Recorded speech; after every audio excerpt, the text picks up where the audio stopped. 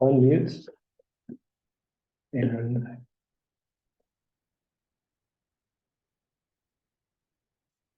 making sure I got it.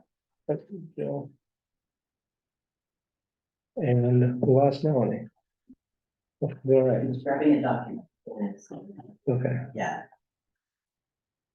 we're gonna just wait another minute. Hopefully she's right back. On Zoom. And then, if you guys could help me out, if someone pops up as like waiting to be admitted, just like give me like a nod or something. Well, I don't mean to be a bad host, but I'm gonna try to run the meeting and manage the Charlie, would you? technical I'm just stuff. curious as to who's attending on Zoom. Is there any way you could like pull up participants just so we can see who's on there? Because it's just totally out of curiosity.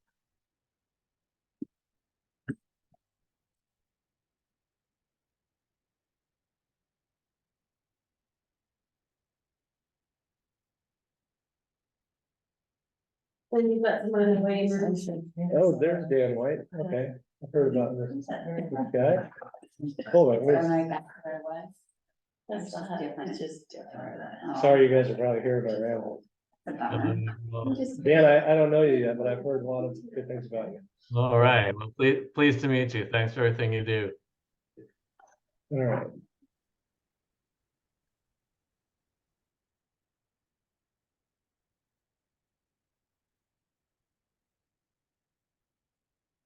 Well, we're just gonna wait. I think I see her, yeah, she went her way back. This is new for us, we're trying to kind of move into more open meetings, and how do we kind of give access to the public to see what we're up to, so. If there's any technology snafus, just blame me for now. Are you ready, Melanie? Okay. I'm gonna hide that. All right, you guys keep me honest, if there's anybody in the waiting room. Let's get the meeting started then. 5:33, and I'll call the meeting to order. First item on the agenda is approval of the agenda. I did want to point out there's one small change that I made 2 hours ago. Hannah, the president of the union, is asked to be able to kind of have any Q&A immediately, because she has a event that she's attending that's makes it difficult for her to stay on later. So I thought we could just insert her up front. If anybody has any questions, the item won't be discussed really until we get to the agenda, and there's a draft motion on the table there for that. Other than that, nothing else changed with the agenda. Is there anything that anybody wanted to otherwise modify in the agenda? Then can I get a motion to approve the agenda? I move to approve the agenda. Is there a second? All right, the motion is to approve the agenda. It's been seconded. All in favor? Aye. Any opposed, say nay. Motion passes unanimously. All right, we're now going to go into the study session, and the first item is Q&A with Hannah, and I'm sorry if I forgot your last name, Hannah. And let me find you. Let's see. That is okay. It is Allison Natale. It's kind of long, so no worries. Allison, thank you. So really, we just wanted to give an opportunity for Hannah to, when she is available, to answer any questions anyone might have.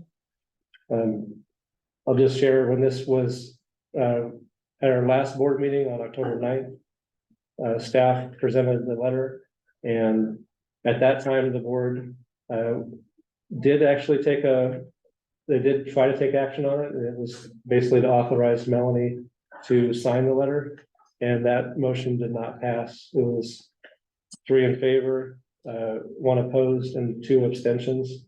And so essentially the items deferred to this board, the new board. We'll get to that later in the agenda, but I'll just share that primarily it was uncertainty about what the process is. So maybe Hannah, if you could give us high level, just some description of the process and what our options are. Sure. Yeah, I'd be happy to. Thanks everyone so much for having me. I'm sorry that I'm not on video. I'm in a car, though I'm not driving. Don't worry.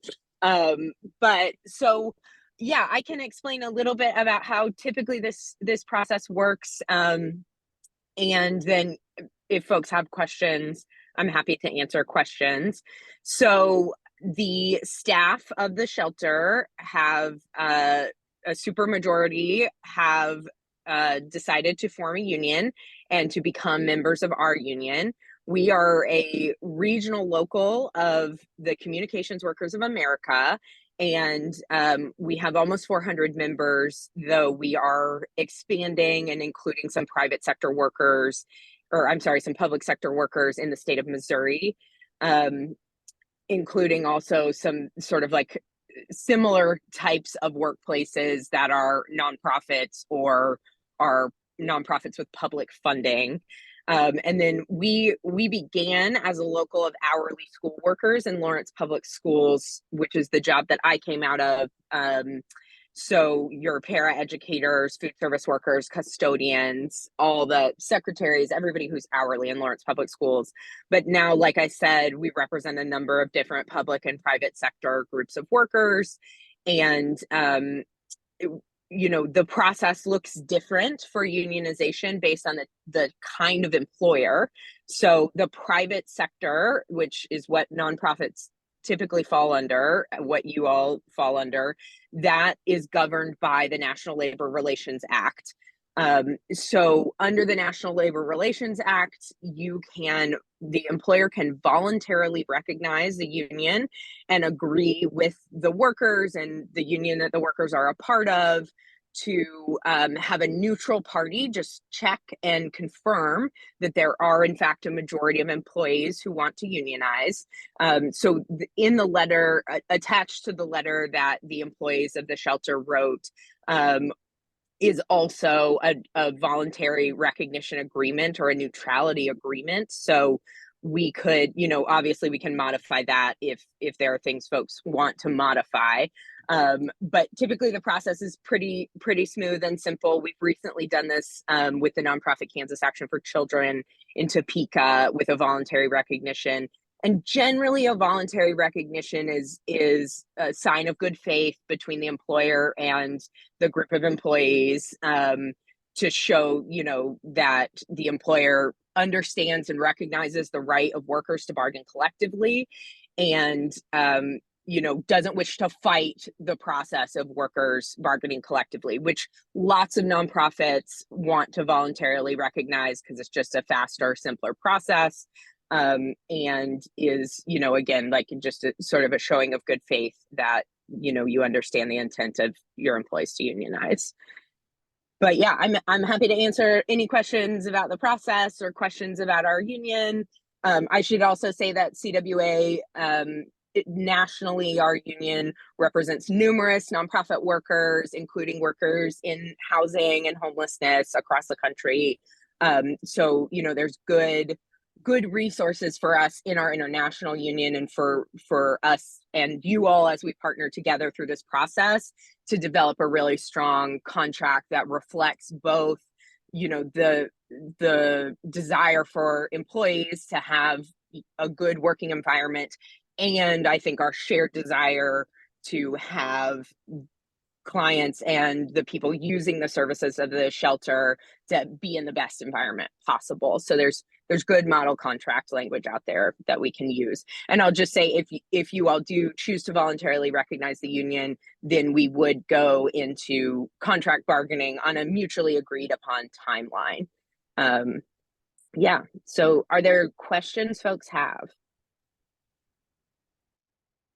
Can you outline what the alternative process is?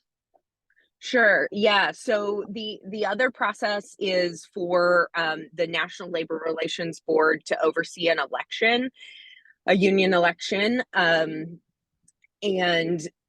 so that would, we would file, the union, we will file with the National Labor Relations Board for an election. And the board, it would likely, if we had an election, it would likely be an in-person election because I believe there's a Labor Relations Board office in Kansas City. It could also potentially be a mail-in ballot election. But just an important thing for you all to know and remember as an employer is that when your employees take concerted activity, which concerted activity means that, you know, workers have talked to each other about forming a union, that right to form a union is protected under federal law. So the law specifies that the employer remains neutral, even in the case of voluntary recognition or in the case of an election.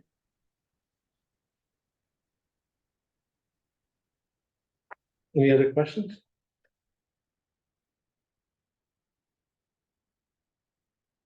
Okay. Hannah, thank you for joining us remotely. Have a good time at the wedding.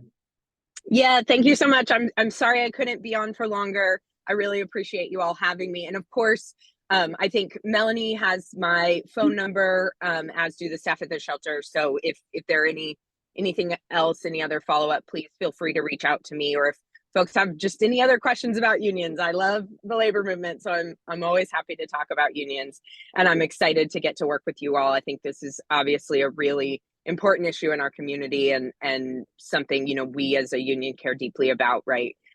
Is the rights of people to have homes and have a good life, and for workers to be able to work in a good environment to support that. So excited to get to partner with you all. All right, thank you. Okay, next on our agenda is the coma and core training, and we have Max Couch. Is it Couch? You know what I forgot to do? And I told Max I was going to do this, so that's why I'm remembering now. Not on our agenda, but we haven't introduced ourselves to each other, and it is our first meeting. So why don't we introduce ourselves to each other and to Max, and then you can take it from there. Fair enough. Okay. Sorry about that. So I'm Charlie Bryan. I think I know everybody. I didn't know John. So it's great to meet you. I was appointed to the LCS board in June and went to my first board meeting in July, and pretty quickly, you know, kind of dove right in. Let's just put it that way. And I'm really delighted to have all of you and the new board. I'm excited to work with you and continue working with staff. So I work, my regular job is at the health department. I've been there since 2010. I've done a few different jobs there: preparedness coordinator, community health planner, now business systems analyst. So just continuing to grow and learn in that role. I'm pretty involved in different community efforts. So this is maybe the biggest effort that I've gotten involved in. So other than, you know, COVID vaccination planning. So who wants to go next? Just that. That whole thing. Yeah. That waiver. Oh, we got to wait. Thank you for pointing that out. So we go this way? This way. Yeah. Okay. I'm John Crable, and so my background as it relates to this is just as a volunteer in the community and things like winter emergency shelters, and I do operate, or I manage the Jubilee Cafe at First United Methodist Church, which is breakfast on Tuesday and Friday mornings, and maybe a few other things as it pertains to homelessness. I did actually work as a DSA at Orange Community Shelter for most of 2021 and some of 2022. So developed some familiarity with Orange Community Shelter in that regard. But how I ended up here, I'm not quite sure. So whatever goes to the back. All right. Christy. I'll take over. My name is Christina Manfredi.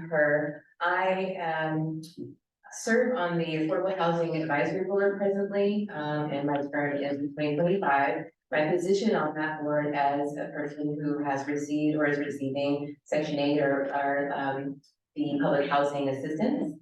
I also, in the respect of housing, was a resident in 2016 at Lawrence Community Shelter for about 6 months.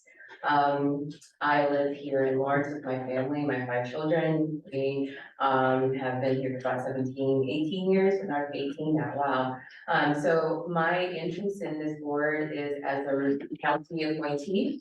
And I now currently hold a position, I work with Burley, the health department, in community health, so that's my lens as well. Lived experience in community health, I think I carry those 2 lenses in this space.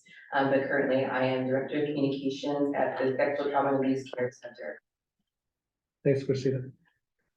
There's someone to be admitted. Another one. All right, Liz. Oh, sorry. Hi, I'm Elizabeth Bieber. I've been working in the nonprofit industry here in Lawrence for the past decade. Most recently as Chief Development Officer at Heartland Community Health Center, city employee, and have served on several local boards as well with Charlie in the past as well too. So Thank you. Shannon? My name is Shannon Owery. I'm the CEO of the Housing Authority. I have been doing that work for about 13 years. I have served with Christina on the Affordable Housing Advisory Board. I'm about to rotate off of that board. Prior to that, I served on the Health Department Board for 6 years, 6 years. probably. Something like that. That's a 2-term limit, right? Yeah. And so, I think,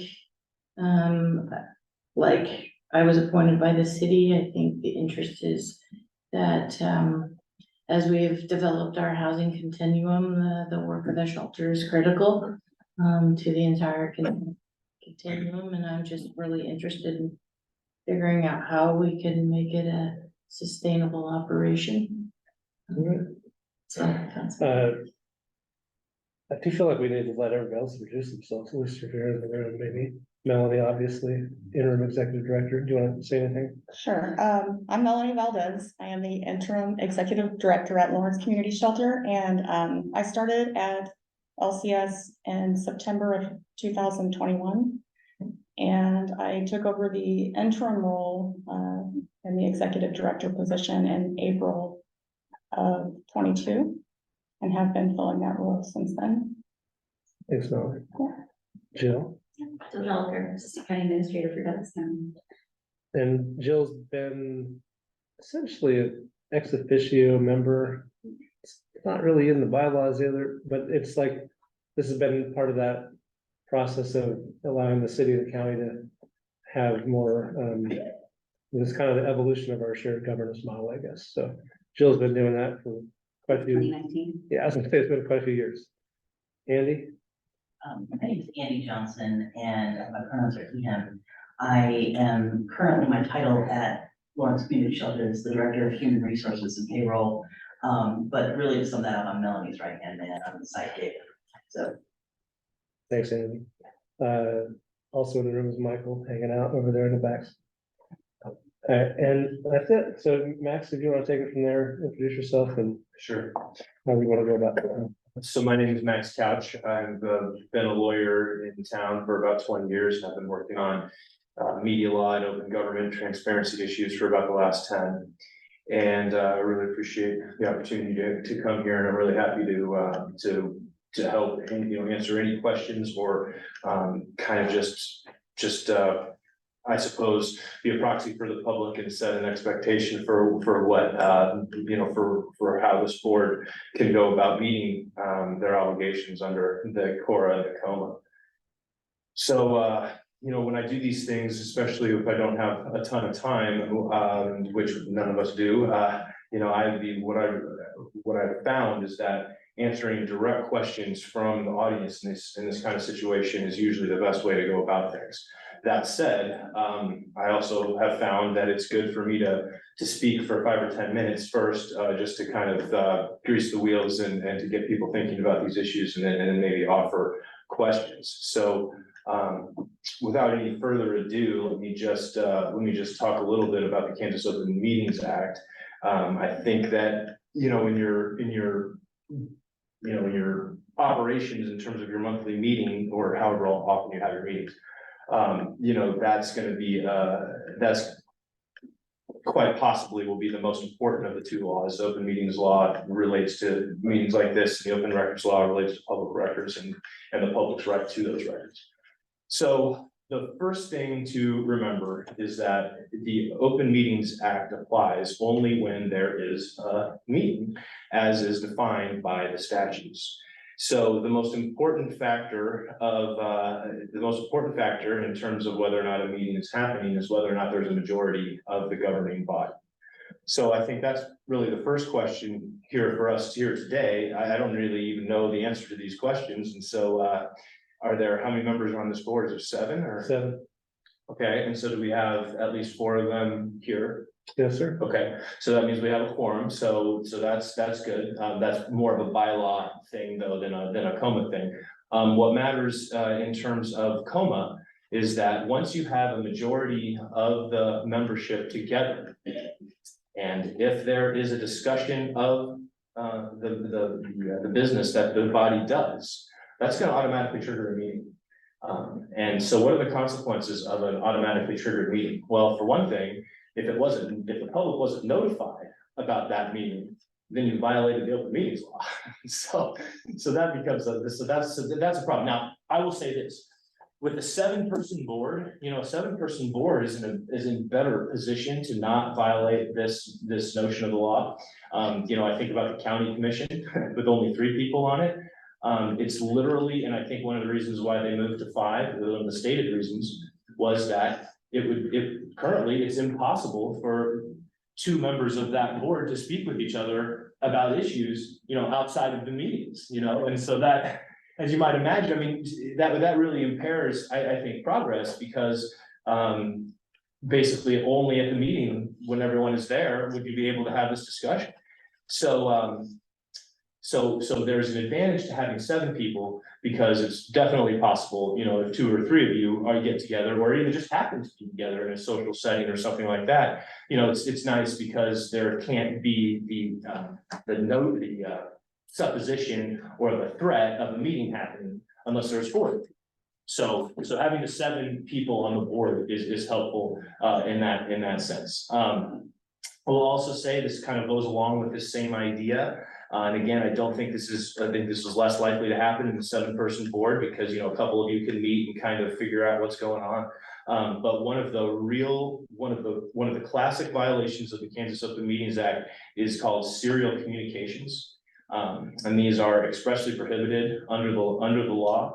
And the idea behind serial communications is basically, okay, well, I'm going to go talk to one member of the board, and then I'll go talk to another member of the board, and then I'll talk to another member of the board, and gather consensus as I'm having these discussions. And so then basically we effectively have the meeting without ever going to the meeting, because we had serial communications with each of these members. That was the de facto meeting.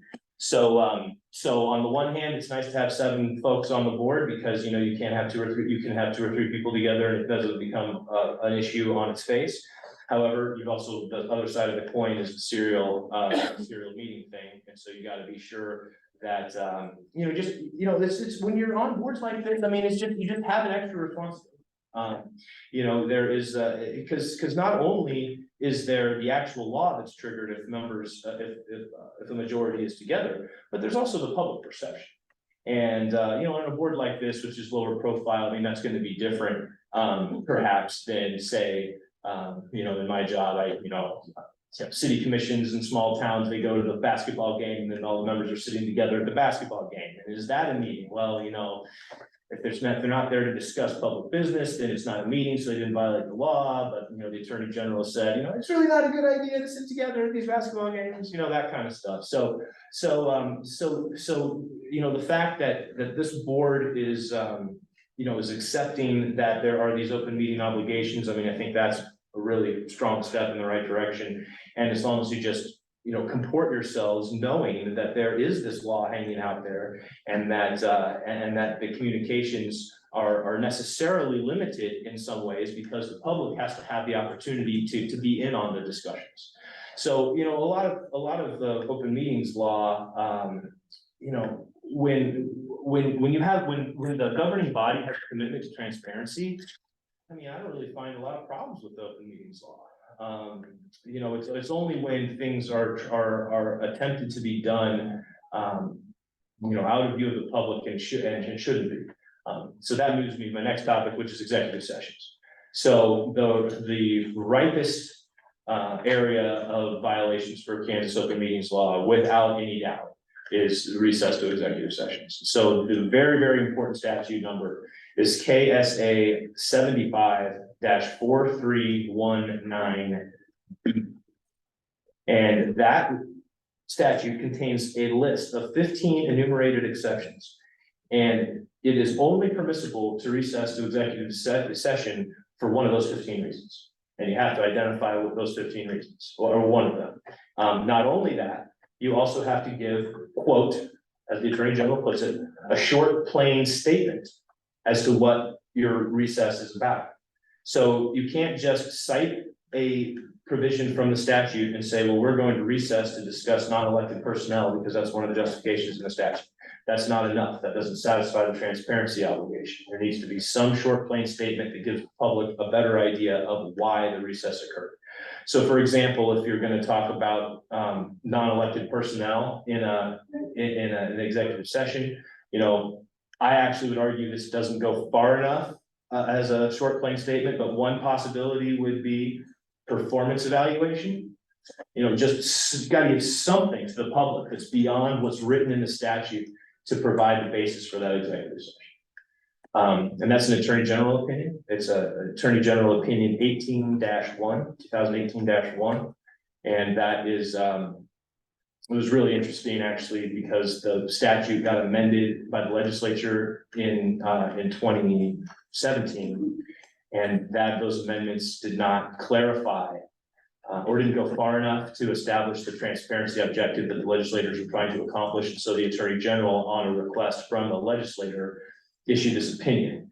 And so now in a perfect world, what bodies should be doing is reviewing not only the statutes, but also that Attorney General opinion, because that's the one that says that the statutes need to be interpreted to provide the short, plain statement.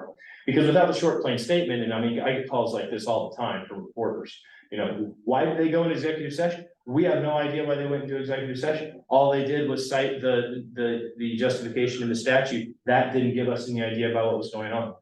So, so there are, you know, logical and rationally related reasons for why the short, plain statement is necessary. But again, once if you have a commitment to transparency, that's really what it comes down to, because this law is easy to follow as long as the objective is to be transparent. So, so whether there's a meeting, that's very important. If there is a meeting, it has to be noticed, and the agenda has to be made available to those who have requested it. Now, my thought is, I see some journalists on this list, and so my guess is, since they know about this meeting, that perhaps they have requested agendas and notifications of the meetings. I would just say that that is a really important component of the law.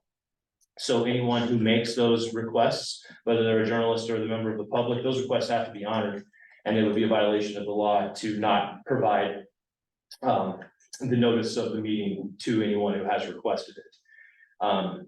However, it's not like you're obligated to publish something online. You know, you don't have to maintain a website that has the agenda and has calendars and all that kind of stuff. You don't have to do that. The legislature doesn't say that you have to do anything like that. Is that something you could do? Well, sure. But the main thing is to what the statute requires is that you provide notice to anybody who requests it. So, you know, generally speaking, now that we have email, I'm not sure I know of a client who is not notified by email. You know, the bodies just have a list of folks who get the notice and hit send when the agenda is prepared, or when notice is issued of the meeting. So, okay, let's go to agendas. Agendas, there's nothing in the statute that requires you all to have an agenda. You don't actually have to have an agenda. However, if you do have an agenda, and if you have reason to know what's going to be on the agenda, you have to make that document available in advance, or well, it's a little ambiguous. Certainly, those kind of documents do have to be available after the fact because they're public records and to be accessible under the Kansas Civil Records Act. But the coma, a broad reading of the coma would suggest that if the information is known to the body, that information needs to be provided to the members of the public who have requested notice of the meeting. So agenda and notice kind of go hand in hand. But the statute is very express that the notice has to be provided. Agenda is a little bit murkier, but again, if we're trying to promote transparency, then it makes a lot of sense to include the agenda to the extent that it is known in any sort of notice that you provide to members of the public. Charlie, Oh, thank you. Oh, that's Rebecca. Sorry. So I definitely would say that the executive session issue and whether it's a proper recess of litigation issues, those are gonna be, that's the definite red flag. Are we going, if we're gonna recess the executive session, are we doing it properly? Do we have a justification that's set forth in the statute, and do we also have a short plain statement that we can provide the public to explain why we're going in? So I think that, I mean, whether a meeting is existing and whether or not it's a serial communication and whether or not a majority of the membership is there, and whether they're discussing business, that's, the threshold for whether a meeting, that's really important. And then have you properly recessed for executive session? I'm pretty sure that I would classify those top two red flag issues that come up from coma. Does anyone have any questions about anything so far? In particular, for the structure of this board being both county and both city commission, where would this information be published? Would it be on the county website that we're utilizing? Are we having our own social media page? And it's heard we don't have to do that, but I would like to know two things: where would all of the meeting agendas be placed for folks to access and understand where to meet? And then also, who's in charge, who's responsible party for making the statements for the executive sessions and getting those Sure, and I'll answer that second question first, because I think the first question is more of an administrative thing. Because I think you could choose to do a lot of different things in terms of, because this board is its own independent entity. Because presumably, I mean, look, because this is a nonprofit, and so this is a non, and then you have bylaws, right? Mhm. So then the bylaws create presumably an independent entity.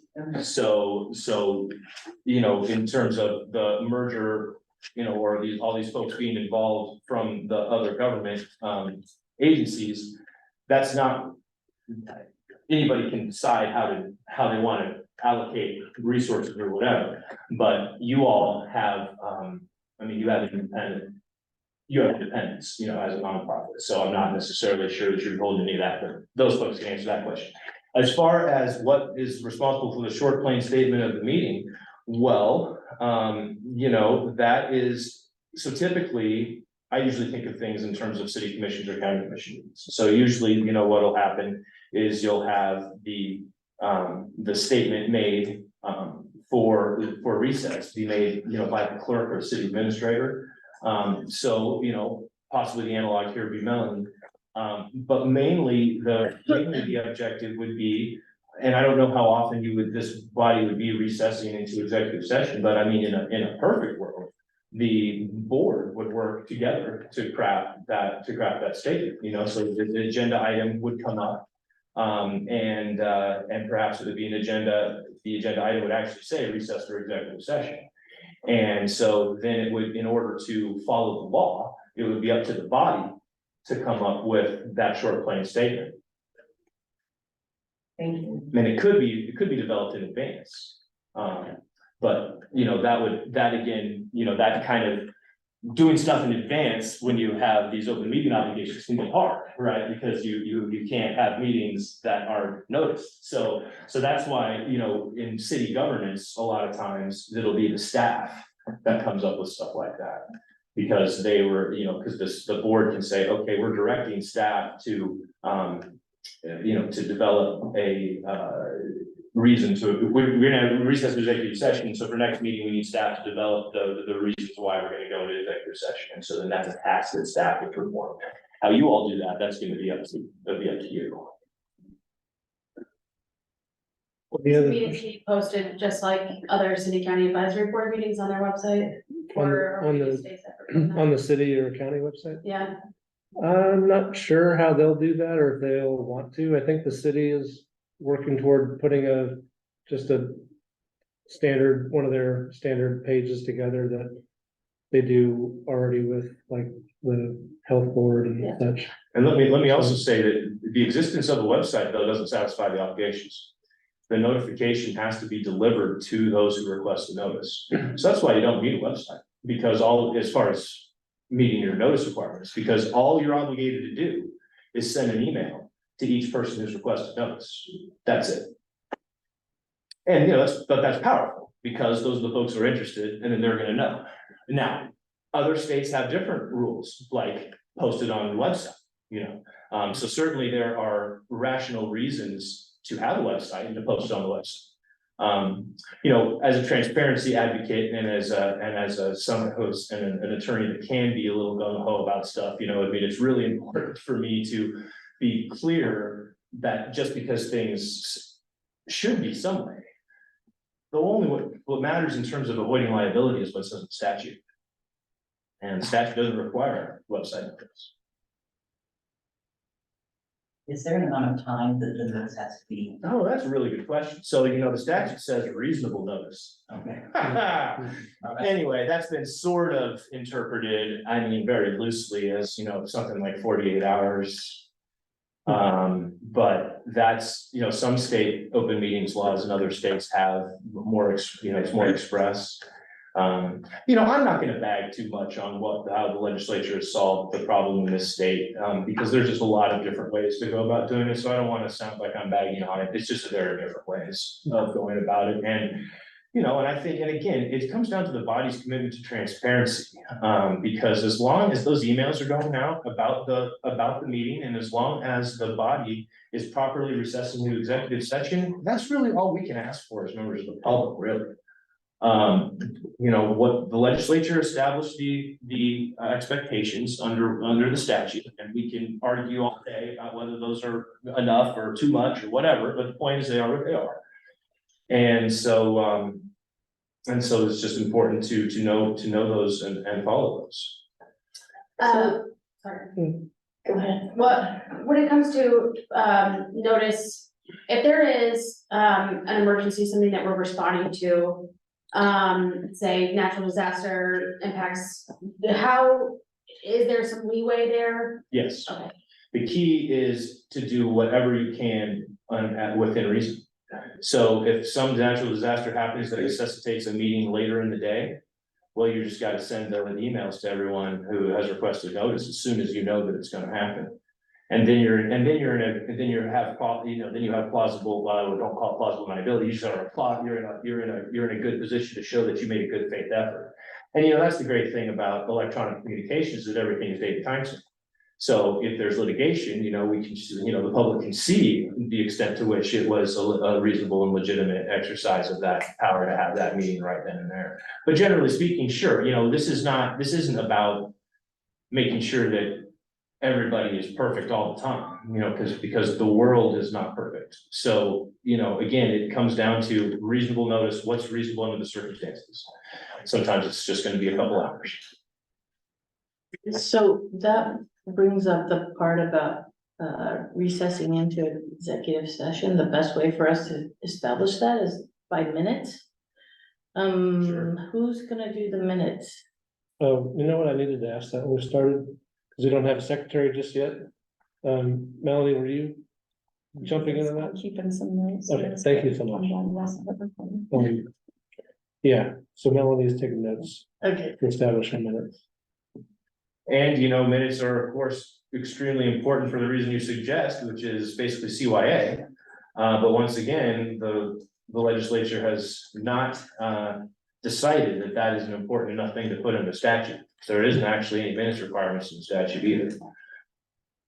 But again, keeping them is crucial because, as you say, you need to be able to show, this is what, this is the state, this is the short plain statement that we, and you know, this has happened time and time again to my clients throughout the state, you know, it's like, are we gonna have a problem with the open meetings laws and their application in this situation? Well, let's go back and look at the minutes. And if they don't have good minutes, then they've got a problem. So, and I would also just say that, you know, certain aspects of the minutes are more important than others, right? Because there are certain liabilities that come along that are per se and others that aren't. So I would just say, really focus on those minutes when you're talking about that short plain statement, you know, because and beyond liability, you know, as somebody who deals with the media all the time, I mean, the last thing you want to do is put the media in position to get on the high road and show that you did something erroneous. And so minutes are, you know, the safest way to protect against showing what happened if that sort of thing happens. I have two questions, and the first one, I'm sorry if I missed it, you may have said it. Do we have to provide a formal process or avenue for people to request a notice of the meetings? So not technically, it's, you know, it's one of these things where the legislature basically puts the onus on the member of the public to request it. So I think that that would be the kind of message that would be really appropriate to have on a website, you know. We're a nonprofit board and, you know, we have a commitment to transparency. And if you're interested in being notified about our meetings and attending our meetings, send us an email at X. And the law doesn't require that, but I think that would be a really good faith way to go about doing that. Or even issuing a press release, you know, just issue a press release that says, you know, we're very interested in community involvement and anyone who wants to know about, you know, and if you issue a press release, you know, and then keep a copy of that press release and then eventually upload it to the website. I mean, again, that is going a long way, you know, towards engendering trust with the community because you have a documented instance where you issued that invitation basically. My other question is regarding if we establish a public comment process. It's my understanding that it's not required, but if we do allow any public comment, we have to allow all public comment. Is that sort of accurate? I think that is the broad strokes way of looking at it, and I do think that is accurate. And I would also say that it's just one, the public comment is always tricky. And the best thing to do is to stay consistent. And the other thing about that is that if there's going to be rules that seek to curtail public comment, or, you know, if there's something out of bounds about the public comment, or, I mean, then the rules have to be, not only do they have to be clear, but they have to be evenly enforced. And it can never, and if you shut down a commenter, it can never even have the appearance that it's because you disagree with the content of their speech. The way to think about this is, and this is not a Como or Cora issue, but I'm happy to talk about this. Content neutrality, that is the key. Content neutral restrictions on speech, as long as they're reasonable, are going to be constitutionally permissible. Whereas content-based regulations on speech, in other words, we're gonna shut this down because we don't like it, then those are almost always unconstitutional. Now, how to go about proving that is, you know, can be challenging. But again, we're talking about, you know, especially this board, which is starting with a fresh slate. You know, it really comes down to, sure, PR with the community. You know, it's about making sure that the community believes that this board is committed to transparency. And if the board proves that by notifying everyone of the meetings, recessing an executive session only when it's appropriate, issuing press releases or answering questions, you know, just generally being communicative, you know, the odds of problems are a lot lower. I mean, the communities where my clients run into problems, you know, it just has to do with, and I'm sure there are lots of underlying things that go into this. You know, it's not like people become elected and they're the first thing that they think is, well, we're going to keep, you know, the public away from this knowledge. You know, I don't believe that.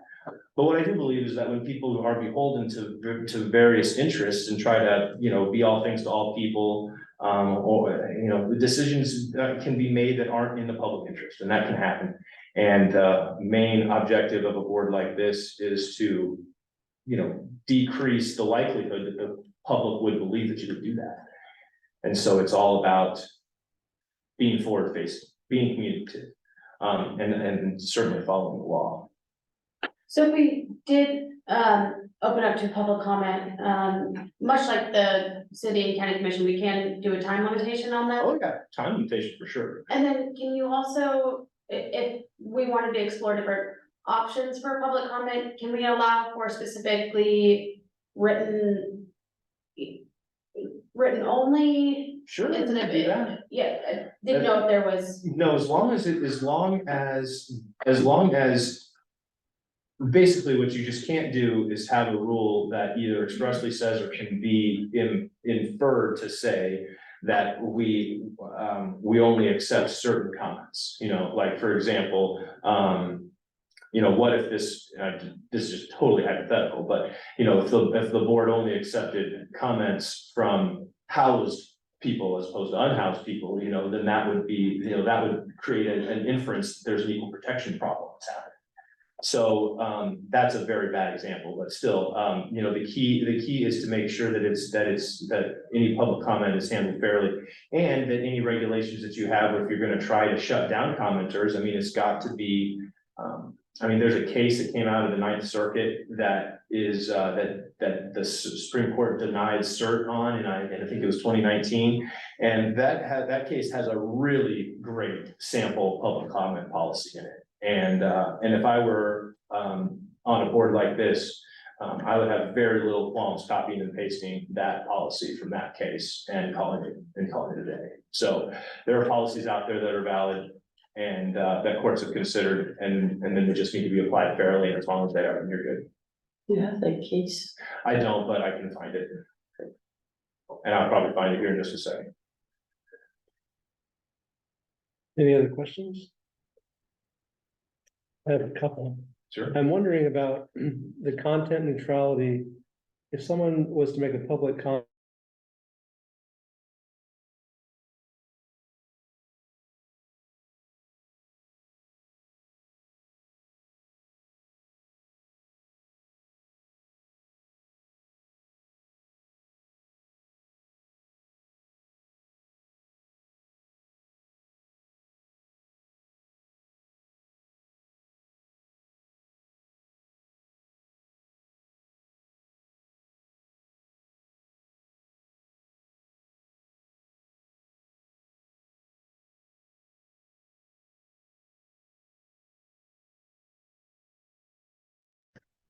Well, that's disappointing. I think you're good. I think your question was heard by all, and it just was a small point of time where we lost the connection. Let me see if I can go back to sharing a screen. I think we're all here.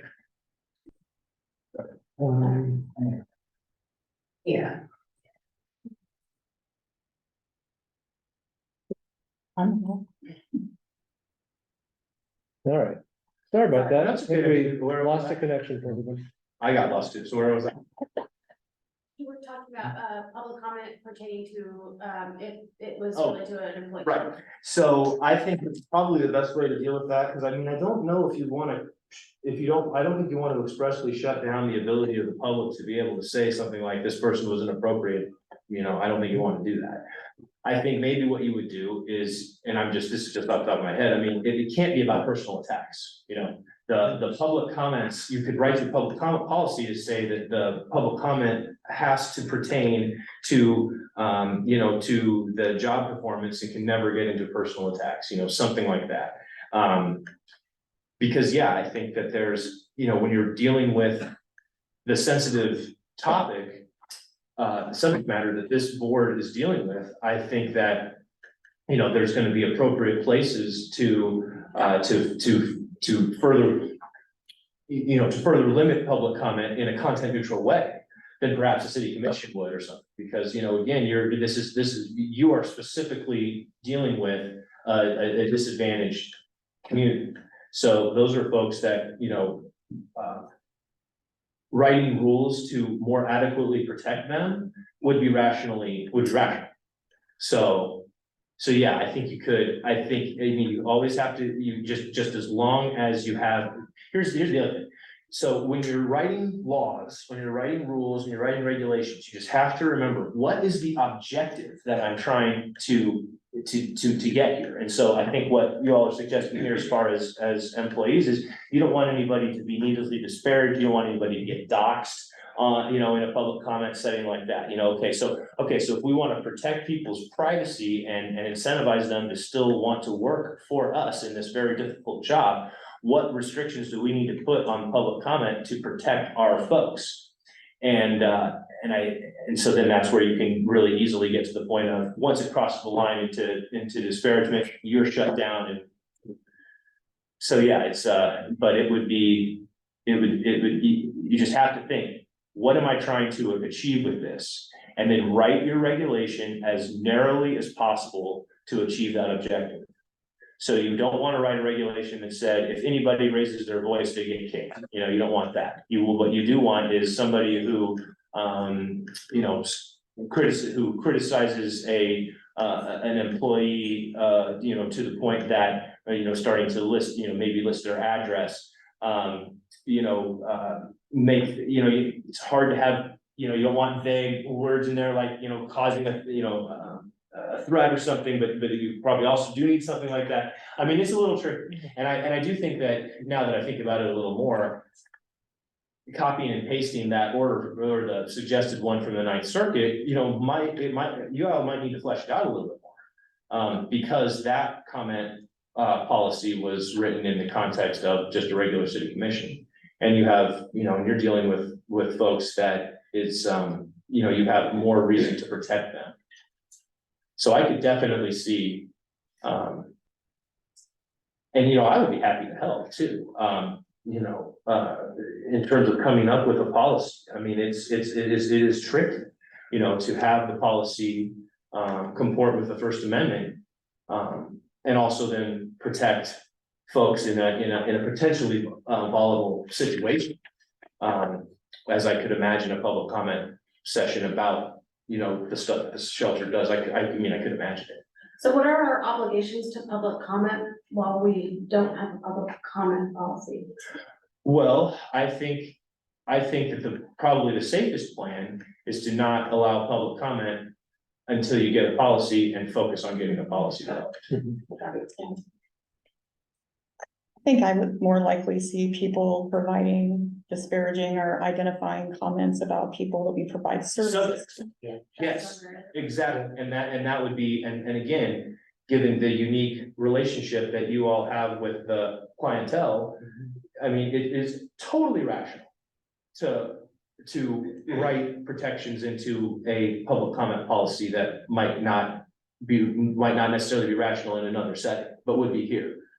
So, I totally, again, when you're dealing with the disadvantaged community, your obligations are higher to protect them. And, the public's expectations of being able to participate have got to also be reasonably less, because it's a volatile situation.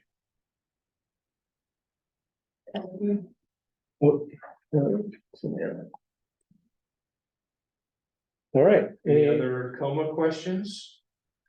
Just trying to think, let me think about if there's anything else that's just really crucial.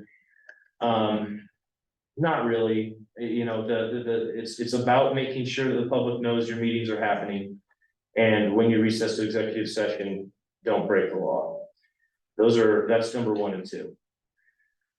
So I can talk about Cora real quick. Yeah, that'd be great. All right, so the Kansas Open Records Act obligates public agencies to disclose records in response to requests from the public. And so the main thing to remember under the Kansas Open Records Act is kind of like the same way that there are certain reasons you can recess for executive session that are valid, that the legislature decided are valid. There's also enumerated reasons in the Open Records Act that the legislature has decided are legitimate reasons to withhold records. So the main thing to think about if the board gets an open records request is number one, their obligation is to disclose the requested records unless there's an exception that applies. And so trying to figure out whether an exception applies, you know, is the good work that that administrators and government administrators do all the time. And so, so the main, you just have to remember that the statute, the legislature says, has to be interpreted, has to be, why can't I think of the word I'm trying to come up with here?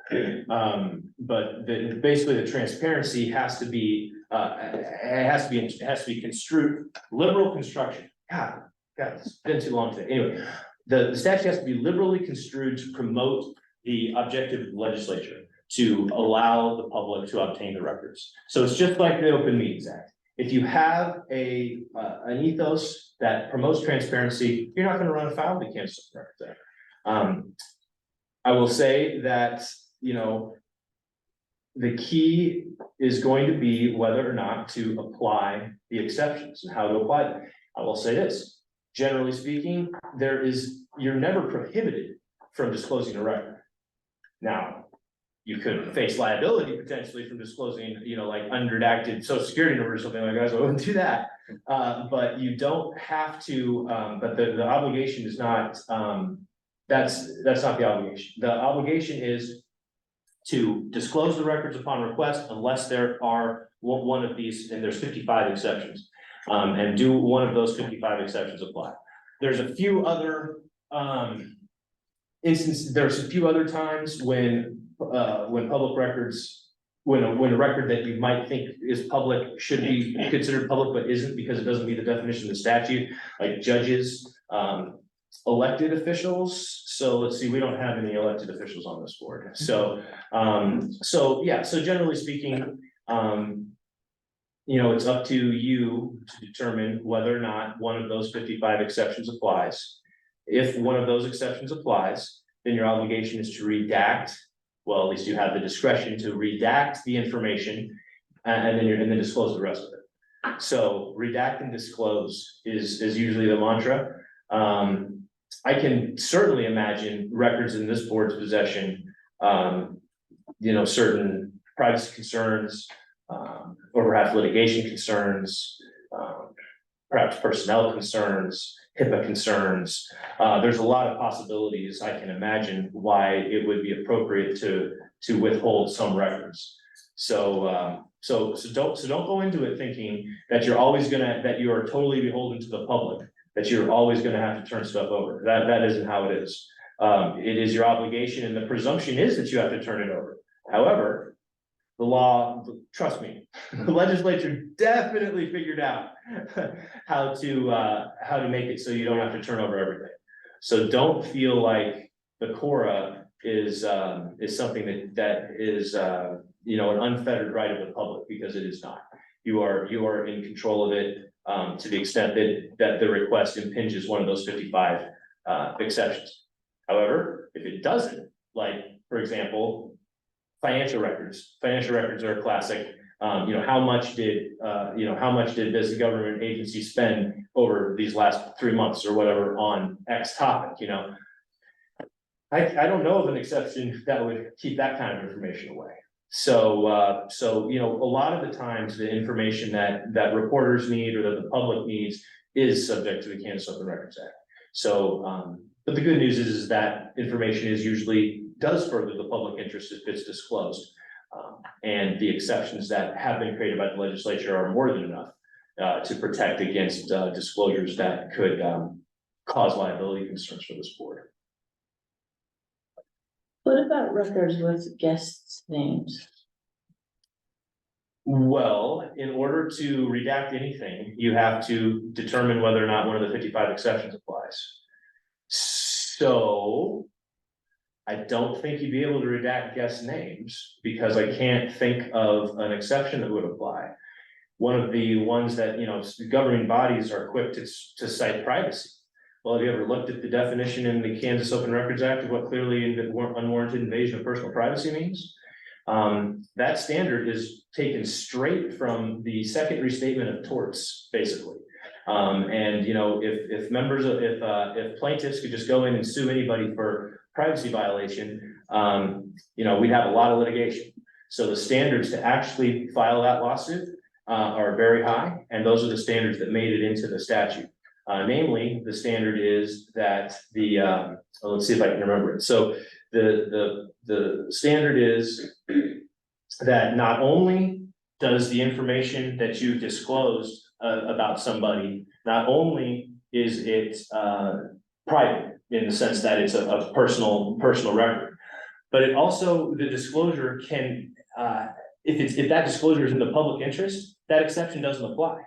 So just think about that. How many times are you going to be able to credibly say that the privacy outweighs the public interest? I mean, especially when you're talking about, you know, clear cut instances where, you know, maybe government money has been spent. Well, let's just go back to your guest thing. How would the revelation that a guest attended that meeting, how would that enable that guest to bring a civil lawsuit for invasion of privacy?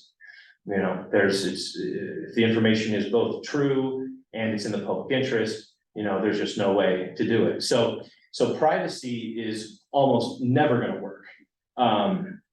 It just almost never does. So because of the high standards. So you just end up having to try to find these other exceptions. And, you know, if you're a guest, like, I mean, I'm a guest, I came here, you know, I availed myself of this board is funded by public dollars to some extent. What would be the justification to not include my name in a record, you know? So that is only pertaining to if guest names were mentioned at the time of the meeting. It's not guest names that are not mentioned in any of the meetings are not open to. I'm just talking about records. These are so what people say in what people speak about. Now, if it's recorded, that's different. If you have a recorded statement, then that is also subject to the open records law. But doesn't, I mean, it's not just the meeting, It's everything. it's all of the agency information. Yeah, that's right. Everything, the definition of a public record is everything that's in control, is in the possession of the agency regardless of formal characteristics.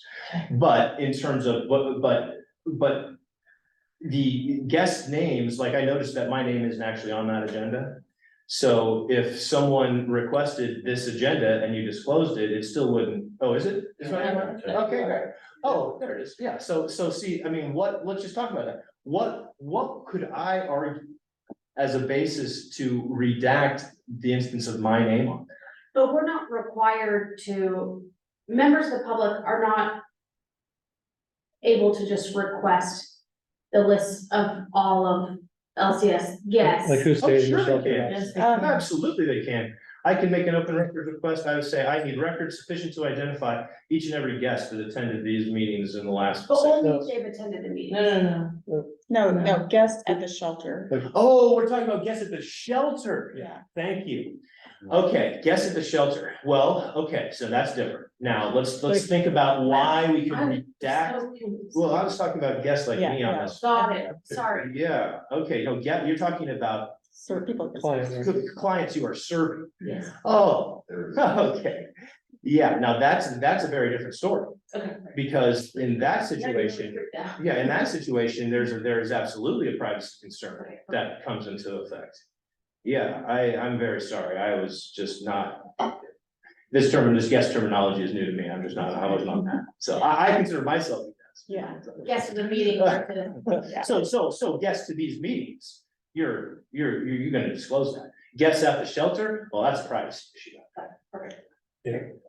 Part of why we wanted to meet, in the past, the meetings have been at the shelter. And when we thought about having a public meeting at the shelter, there was concern around privacy. This is a very good move to not have it at the shelter. Very good move. Other questions? When looking at Cora, it typically only applies to public agencies and organizations. And since we are a private nonprofit, there were exceptions in circumstances where the private nonprofits fell under Cora, and I think that determination was made by the Attorney General. But how do we get a clear determination on if we actually do fall under that? Well, you just look at the definition of meeting in the statute and figure out whether you're covered by it. Did you pull that? I did. I think what we're asking though is the statute seems to suggest if you receive public funds, even if you're not a government agency, that you are obligated under coma. And that doesn't seem explicit in the Cora. Okay, it is though, Okay. because instrumentalities are covered under Cora. Okay, So instrumentalities, what is an instrumentality? An instrumentality is something that someone else uses to accomplish a goal. So now the fact that this board has members that have been appointed by the governing bodies, I think the ship has totally sailed. This is now, there is no way to credibly argue that this is anything other than an instrumentality. And because it's an instrumentality, it's subject to Cora. And there was a case that was a really good case about instrumentalities, and that one was State versus Kiowa Great Plains.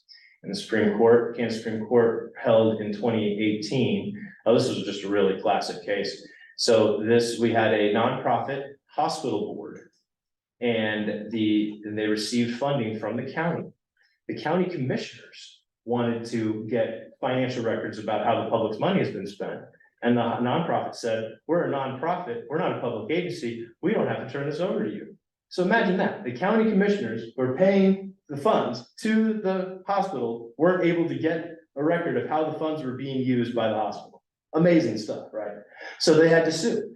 And and Derek Schmidt's Attorney General's office came in, and it was a really interesting litigation, but anyway, it came all the way to the Supreme Court. And this is when it became, you want the clarity? Well, this is the clarity, it's that case.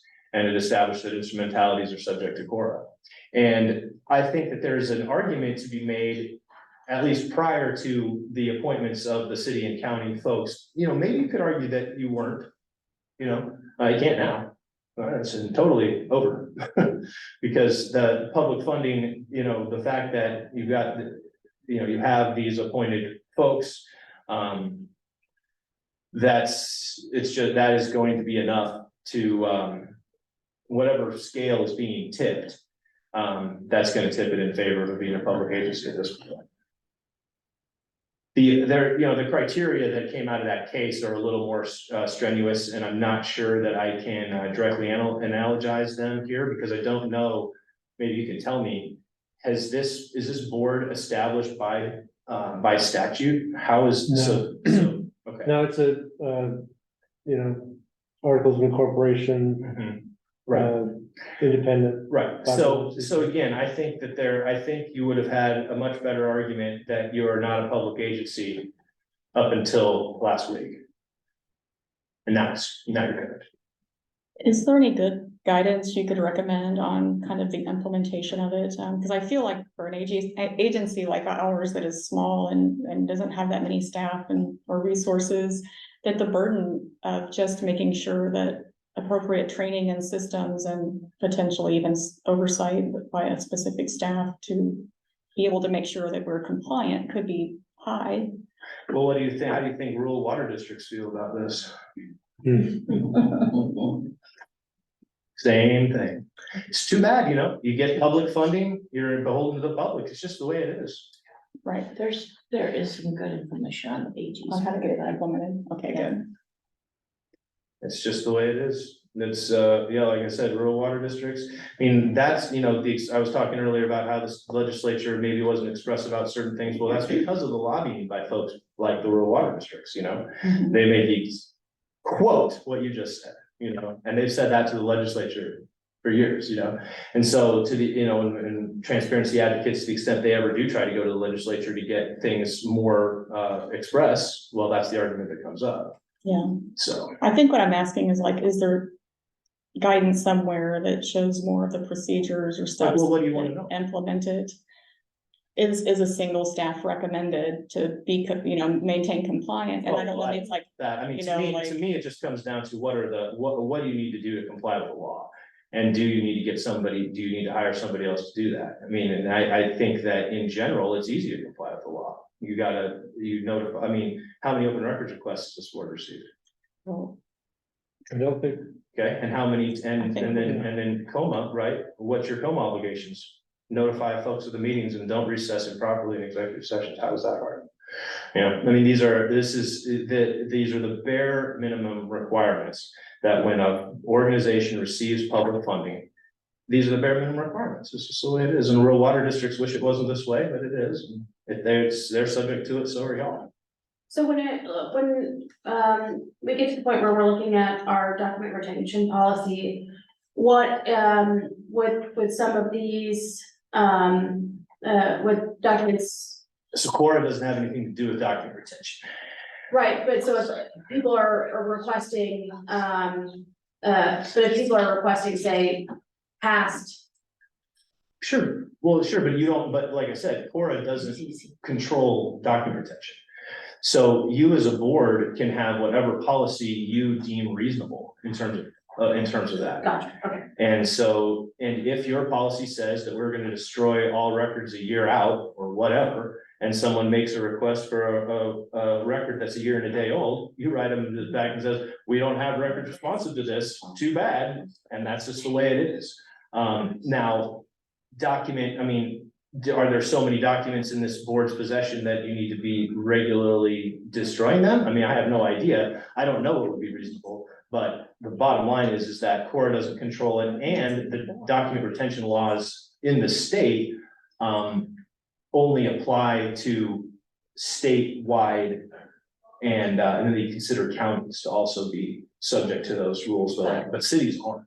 So, you know, if police departments aren't subject to document retention, you know, you're so. all right. Well, I think we've got a whole lot of information from you. I appreciate you coming here tonight, Max. Absolutely, no problem. I'm happy to help, and I really appreciate what you all are doing, and you know, and I'm the level of civic engagement and the volunteerism that it takes to do this kind of work. I really admire all of you. So, thanks for having me. Thank you. Thank you, Max.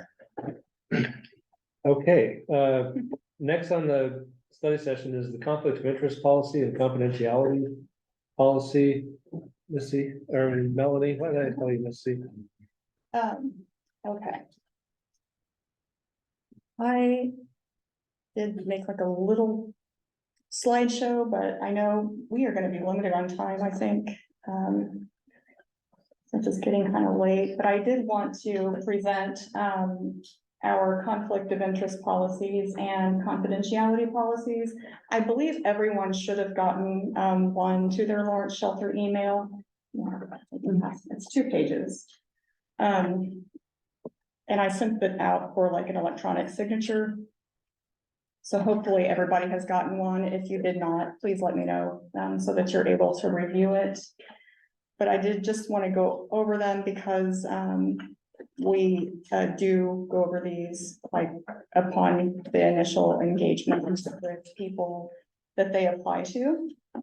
I think they did kind of weird. Yeah. Rebecca's asking a question. How about Rebecca?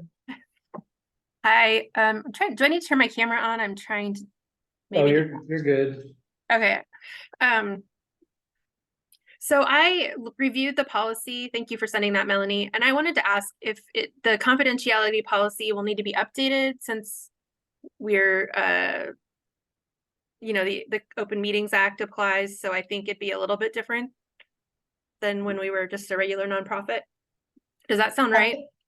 Yes, I was thinking that, you know, like this initial kind of to attest to these things, and then as we move forward, this board will determine policies and any things that need to be updated or reviewed in any way to then approve them again as a board. As far as the Open Meetings Act or open records, you know, I think with the confidentiality, it says that to not provide privileged information without the appropriate authority or authorization to do so. So I think that's pretty, kind of keeps it general, for us to get through that right now. But one of the things that I was going to say is that absolutely, as we go through these, we know that there are policies that need to be updated, and with the governance structure change and the application of COMA and CORA, there are probably a lot of things that we will need to review. And there are also probably some policies that we do not have in place regarding all of these things that we will have to develop. Thanks, Melanie. Yeah. I think related to that, I had asked Melanie kind of a similar question, Rebecca, and I appreciated your response because it was really thinking about it as an agency, is information, has it been authorized to be disclosed versus am I personally, like I decide on my own that I can disclose something. So as an individual, that may not be my prerogative, but as a board, we could decide, it's our policy to make certain things available that might, be in this policy, saying, no, we don't make that available. So that was a nice distinction. It told me like, okay, there's certain matters I shouldn't be discussing unless the board's authorized that discussion. That seemed like a simple way to kind of frame it. Could I have a little bit of a, discussion on the current bylaws, and really we talked very briefly, and this is a discussion that was open to the county as it talks about the bylaws within our group dynamics as far as voting on things. So does it have to be a unanimous decision as it stands now if we were to agree that what policy we're placing in front of us until we get the chance to examine that further, that we have to have a unanimous decision in order to move that into action? Is that something that we currently have to do now, or is it just clarification on Sure. how voting is working presently? No, that's a good question. I think where that comes from is the bylaws stipulated in 2 sections that amendments to those sections could only be done through unanimous consent. So those sections are the composition of this board and then the indemnification of the city and the indemnification section. So we couldn't, by a simple majority or 2/3 majority, basically take away the indemnification that's provided to the city and the county, for example. So that would kind of protect, like, that from ever happening. It's unlikely the city or county employee, or not employees, the directors appointed by the city and the county, that they would ever vote to say, sure, the city and county should not be off the hook. Because the indemnification essentially says that we'll be liable as a corporation for whatever we might be liable for, and can't pass that on to the city and the county. Around the section 4 is the composition. So there are 7 members of this board, and we all have equal right to determine if that number changes from 7 to 9 or 11. The intent there, I think, is to protect the city and the county primarily, that there's not a way that they're gonna have their appointees removed. And then in the same way, the independent directors can't be removed by the city or the county directors. So just two. It's just those 2 sections that We don't only, have unanimously it only voted. relates to the bylaws. Bylaws. Yeah, otherwise, the bylaws are fairly standard. They're just kind of typical, like you change the bylaws.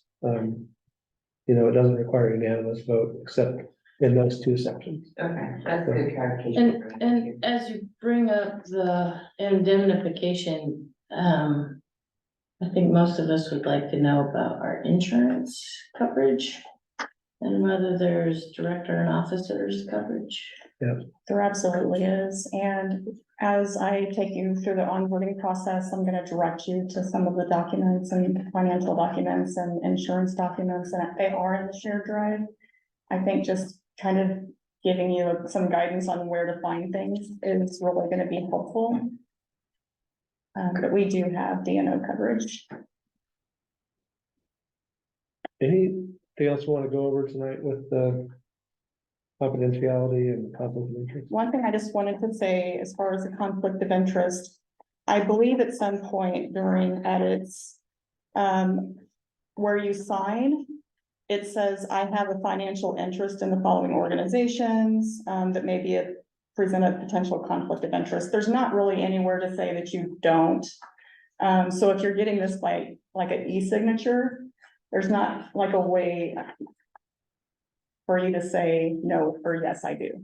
It's just has the signature. So it's easier to do this in person now until I can get that to where there's a text box or something to identify whether you do or don't. And if you do have conflict of interest that you would like to disclose, that you have a space to put that. Otherwise, you can just write it on the sheet. And is this a document that we would update on a regular basis or? Yes, I would say at least annually or when, Okay. it should be reviewed and approved annually unless we know that there is something that has caused a change. Okay. And are these the same versions that staff has asked to sign? Because I don't see them listed. No, these are specific to, pretty much the board. They have a separate conflict of interest that's more detailed and related to kind of programmatic stuff.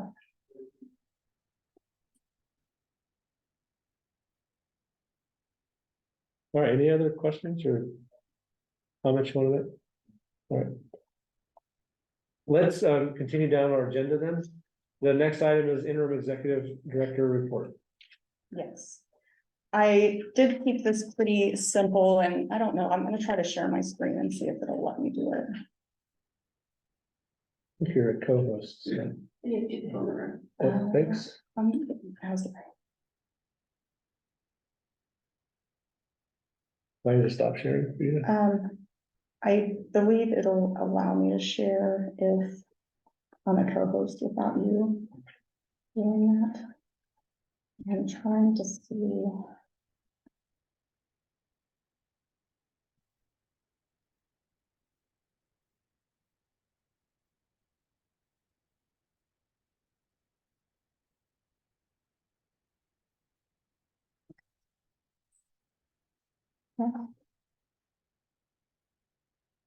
I had made this little slideshow just to kind of give a breakdown of some information just to kind of talk about the financial status. I did have a chance to meet with each of you to kind of give a little bit of a primer about some of the challenges we're facing. But I did want to start with our mission. Unfortunately, whenever we amended our bylaws, it was really focused on things regarding the change in governance structure, but the mission statement did not get updated in the bylaws, so that might be something we're able to do in the future. But grounded in human rights and social justice, our mission is to advance compassionate solutions for people facing homelessness through advocacy, shelter, and housing. That is our current mission. And then I had some statements there. So one thing I did want to review is kind of our anticipated revenues for the year and our sources of funding. And just speak a little bit to how these have changed since I've been with LCS. Right now I'm projecting that our annual revenues will be about 1.13 million. When I started in 2021, the revenues that year due to pandemic funding, I think it was about 2.2. So we went from 2.2 and dropped nearly $1 million last year and have been trying to wade our way through that. And it has been a difficult process. But this year, if you look at the pie chart, with the additional funds that the city of Lawrence provided, they do have the biggest piece of the chart, which is in line with their statement to continue to work with the emergency shelter services and take over that space. Douglas County at 23%. And federal funding at 25%. Private donations at 12%, and then foundations and other grants at 4%. And one thing that I have really found challenging is because of the history of instability, for us to obtain foundation funding or other things is very difficult. And I have applied to several things, but without that demonstration of stability, it is hard to get funding. So as we move forward and develop new programs and work on gaining that strength, that strong foundation that they're looking for, I'm really hoping that we will be able to get those numbers up. And that would be one of the goals that I would have, is to really create services that are unique and appealing, and gain some of those other sources of funding. I did do an updated projected cash flow. From the last time that we did the cash flow and presented to the city, until now, we did receive the additional $150,000 from the city of Lawrence to help us bridge the gap, because we were going to run at a deficit. The county did approve for us to bill for reimbursement for the services we provide under their agreement on a monthly basis. We had been doing it quarterly, and this was the first year that we had moved to that type of billing. And it was challenging for us. And I think one of the things getting through the end of the year is because we would bill for the final quarter of the year in January, so we could not count that towards this year's budget. So this really helps us get some of those funds this year. Just go ahead and try to keep those cash flows above the bar, I guess. And we did receive our ESG agreement. ESG is the Emergency Solutions Grant. It is a federal grant through HUD, and it is facilitated by the city. They're the actual grantee, and then more like a sub-grantee or sub-agency that receives the funding. There was a shelter operations award, and there was a rapid rehousing award. I'm not counting the rapid rehousing towards any income between now and the end of the year, because that really mostly goes directly to people getting services, paying rent, security deposits, so it doesn't help our operations. But we will be able to access the shelter operations award to also help with our revenues by the end of the year. Currently, our projection shows that we could have a negative balance with our operations account. So that's based on cash. As of 12/30, this is You said operations account. Are you, are there cash reserves? Are there others? This is it. Okay. Yeah. And how big of a negative balance? Yeah, and I'll have it, let me pull it up.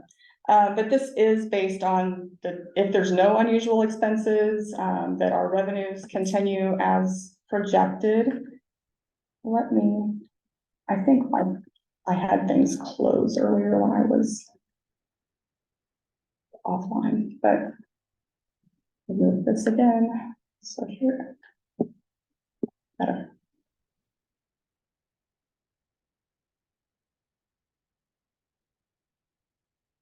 Okay. If I can make this a little bit bigger.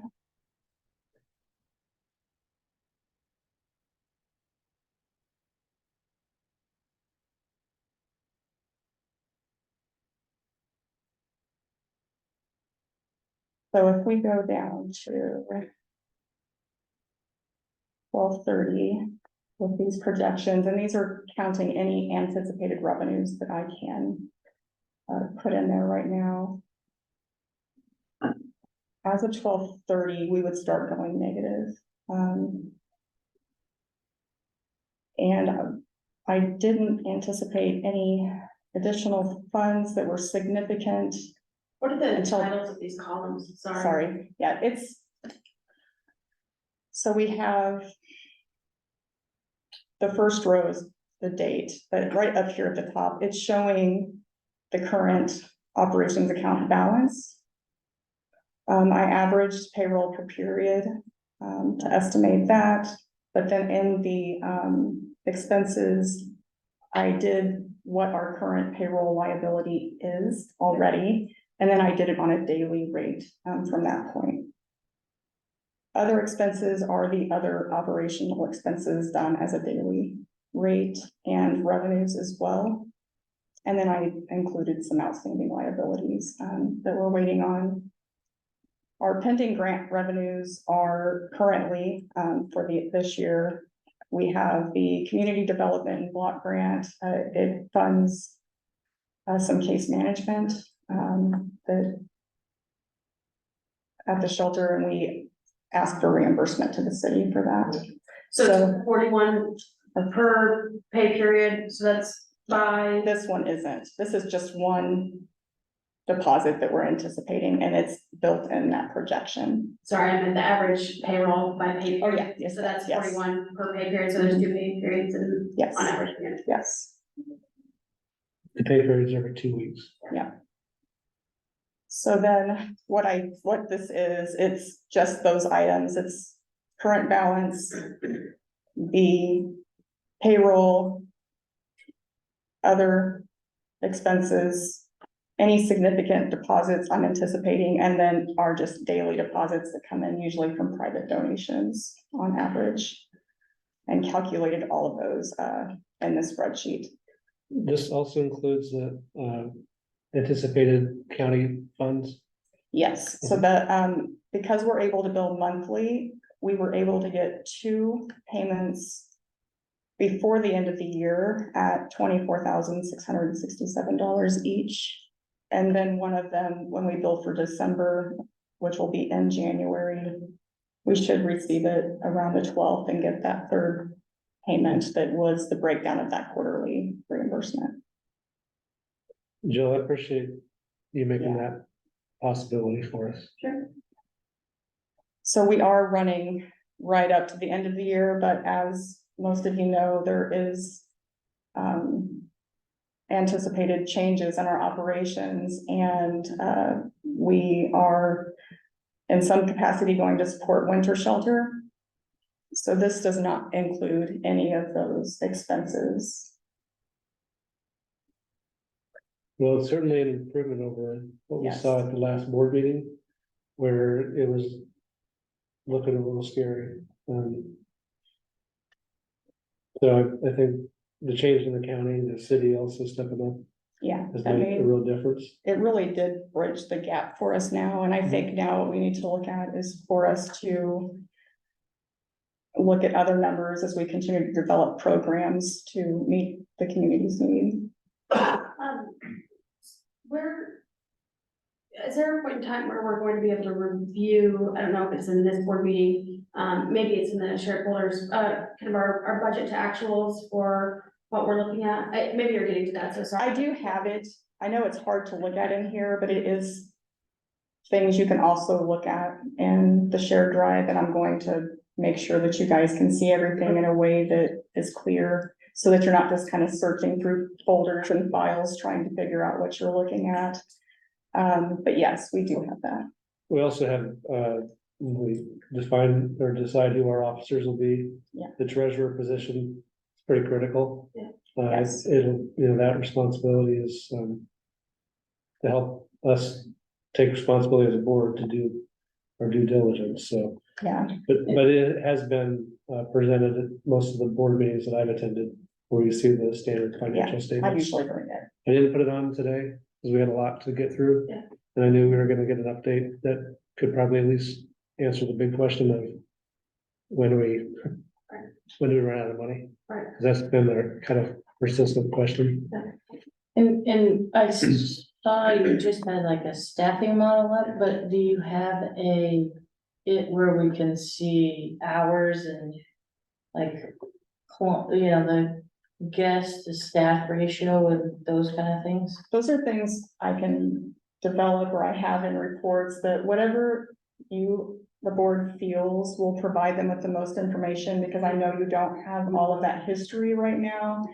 But also what I'm hoping for is that when we do have a treasurer in place, that we can sit down, and I'm sure we'll be forming committees as well, but determine the best way to present financial information to a board, however it's best received and the information they want. I also think, we're gonna talk about our schedule. I mean, typically it's every month, but given our circumstances, seems like we could iron out maybe a better meeting schedule so that we're able to feel like we're all getting up to speed. Last few months, it's been a lot of my effort, just trying to understand what's going on, and you guys are, I'm sure, feeling a lot of the same Yeah. things I felt. I did want to point out that there was one low point, before the 30th of December, and it, on 12/13, we would fall under $15,000, and that is not a whole lot of wiggle room when our monthly expenses run between like 145 to 160,000 per month. So when you start getting under $15,000, it's pretty uncomfortable. You said December 13th. Yes. Well, and that projection doesn't take into account any changes. Right. For Right, winter. exactly. Yes. So that's just operating the way Current, yeah. This is- it operates today. Mhm. The number of people, services, so on and so forth. Yes. And that leads into my next topic, that one last thing I just wanted to touch on, knowing that we had to get through a lot today. In this process of the revenues decreasing significantly, the increased capacity that required more frontline staff to support those needs, this has caused me to lose administrative staff, because whenever we had to put all the weight towards the front end as people were leaving, I could not afford to replace them. Because obviously I knew we were not going to be able to make it through the year. So I was just trying to get us by as long as I could. And that, losing leadership and administrative positions, it has really put the burden on just two of us to perform all financial, operational, HR type tasks as well. I mean, just everything is pretty much done between just two of us. We're doing, any procedure revisions and retention and recruitment and website changes and payroll, accounts payable work. It's just two of us.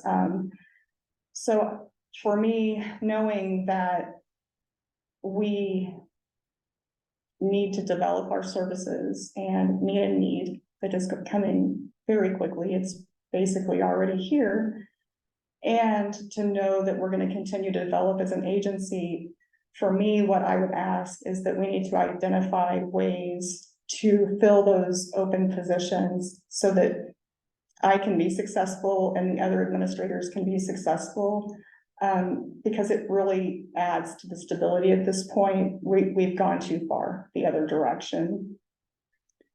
And what I would really prefer as we move through this process is to not only prioritize filling some positions and trying to identify ways to fund that, but also what I would like to do as we look at winter shelter and look at how we're going to provide day services and meals and just increase our services in general.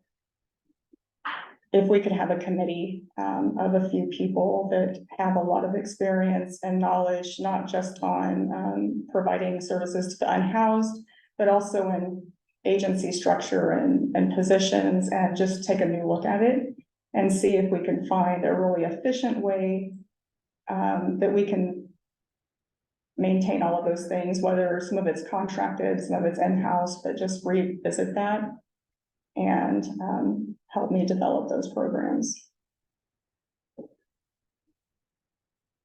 Well, we have committees on our agenda we need to get to tonight, so maybe we can discuss that then. Is there anything else that you wanted to present tonight? I believe that's it. Are there any other questions? Okay. Thanks, Melanie. I'm sure. Let me go back to sharing the agenda. Okay, now we're on to the regular agenda. I did want to point out the library does close, I believe, at 8 o'clock. Right? So we don't have a lot of space to be dancing around, I guess. So maybe we got too much on the agenda tonight, but let's get as much as we can done. The election of officers, the bylaws basically established, like, we have some, expectation to get that done in a 30-day period, so I just thought, let's get it done. There's 4 officer positions, president, vice president, treasurer, and secretary. Open it up for however you guys want to proceed. We start with president if no one. Well, I would like to nominate you to continue as the president. I second that. All right. All in favor? Is there anybody else that might be interested in being president? I'm happy to continue. I just got started, obviously, just end of August, so. Okay. I guess we'll call the question then. So all in favor of Charlie Bryan as president, say aye. Hi. All opposed, say nay. Motion passes unanimously. Next up is vice president.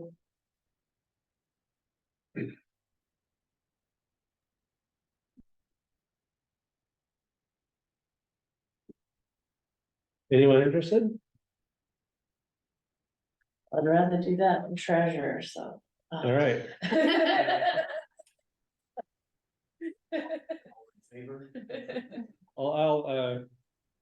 I'll move that we have Shannon as the vice president. All right. Any other consideration? All right. All in favor of Shannon as vice president, say aye. Aye. Hi. Any opposed, say nay. All right, motion passes unanimously. Thank you, Shannon. Next up, treasurer. Anyone out there interested in this one? Nominate Rebecca. I'll accept the nomination. I was thinking about putting my name in, and I will be better at that than secretary. Great, I second that nomination. All right, any other comments, discussion? Okay. All in favor of Rebecca as the treasurer, say aye. Aye. Any opposed, say nay. All right, I'm sorry, I should have said aye in that. So motion passes unanimously. And the last on the list is secretary. Any nominations for secretary? You two look like you're making really great notes over there. Right, legible only to me. But I do, I'll put my name there for secretary. All right, I nominate Chris Peter. You're a second. I'll second. Okay. Any other discussion? All right, all in favor of Christina as the secretary, say aye. Aye. Any opposed, say nay. All right, motion passes unanimously. Thank you all for making that so easy and quick. We'll move on then to the next item, formation of committees. Now, I don't think in this we have to figure it all out tonight, but probably the couple that come top of mind for me were the exec committee. We do have only 7 members of our board, so one consideration with COMA is that if the officers all serve as an exec committee, then that's an open meeting. So possibility would be to restrict the executive committee to 3 of the officers instead of all 4.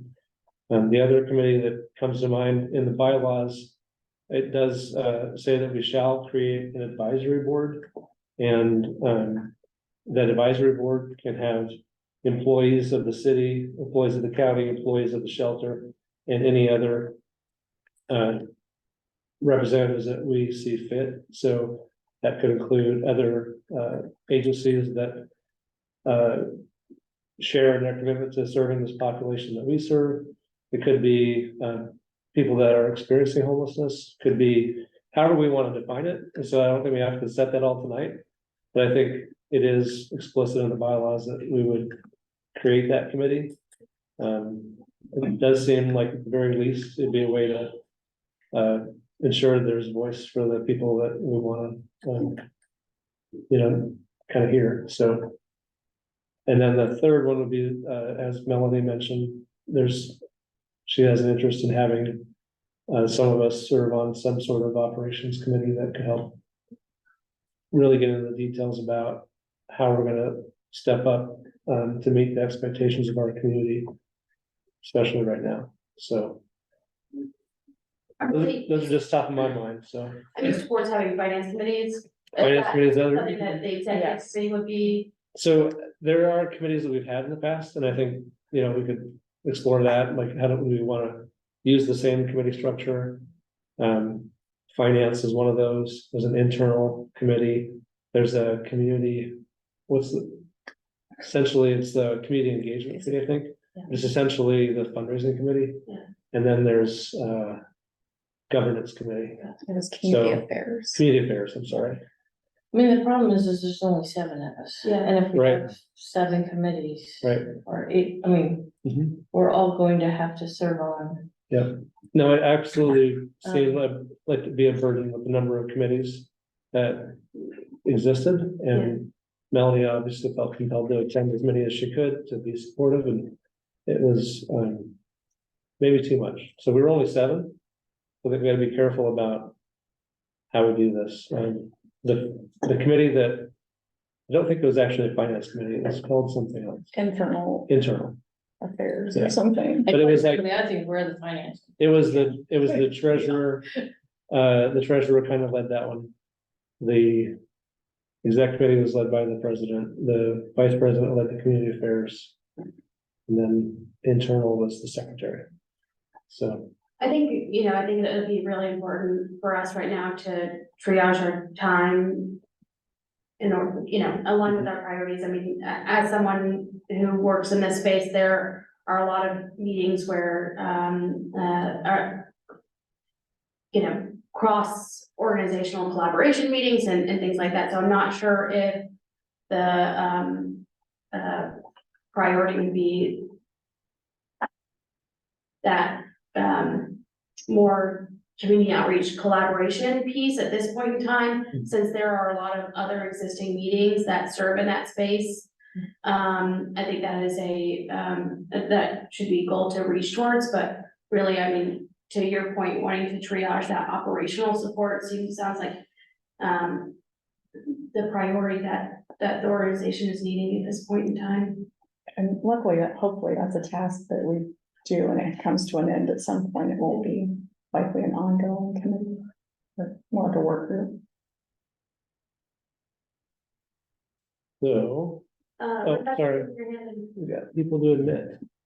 Rebecca. Yeah, I agree with that. I think just kind of like maybe having this ad hoc, transition committee makes a lot of sense. And I, as the treasurer now, I want to make sure that we have everything in place before we're asked to take on more guests at a winter shelter. And, just in the last few days, I've realized like what a huge responsibility that's going to be with like COVID concerns and other health concerns, and just making sure we have the funds to do that safely and responsibly.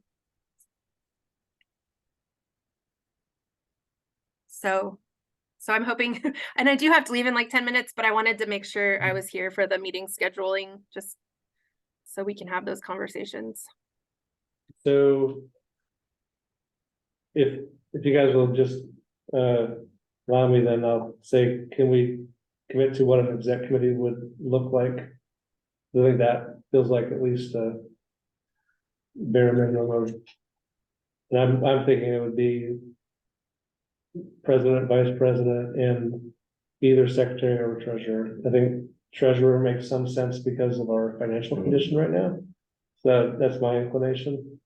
Like that establishes the three of us could work more closely with Melanie to ensure that we're gonna be ready. And I don't know if we need a separate operations committee or if we could just like lean on our exec committee to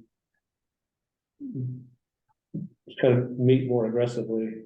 And I mean, I see that as working in the sense that I think there are some immediate emergency things that need to, that we have to figure out. yeah, And then kind of once we get through some of the crisis and the winter shelter and some of that, then maybe we can do expand the committees, but really I don't know that much energy needs to be spent on anything but, shoring up. is there anyone who wants to be involved in, if we were to have a more operation specific? Or if it was, then it would be you, Shannon, Charlie, Rebecca. And I could just say that I would, if that group was responsible for kind of keeping that in forward motion and helping develop, I just want to make sure that there's other voices that have the knowledge and experience, and maybe I can meet with them separately and bring that information. Because I know Christina and anybody, depending on how that committee ends up looking. I just know that there are people that have a lot to offer whenever we talk about operations. I mean, suggestion, the three of you take exec, the three of us take operational. Something like that. That actually kind of does make I have sense. more of a question about the current employees and knowing that their capacity, that there also was a board, a union request.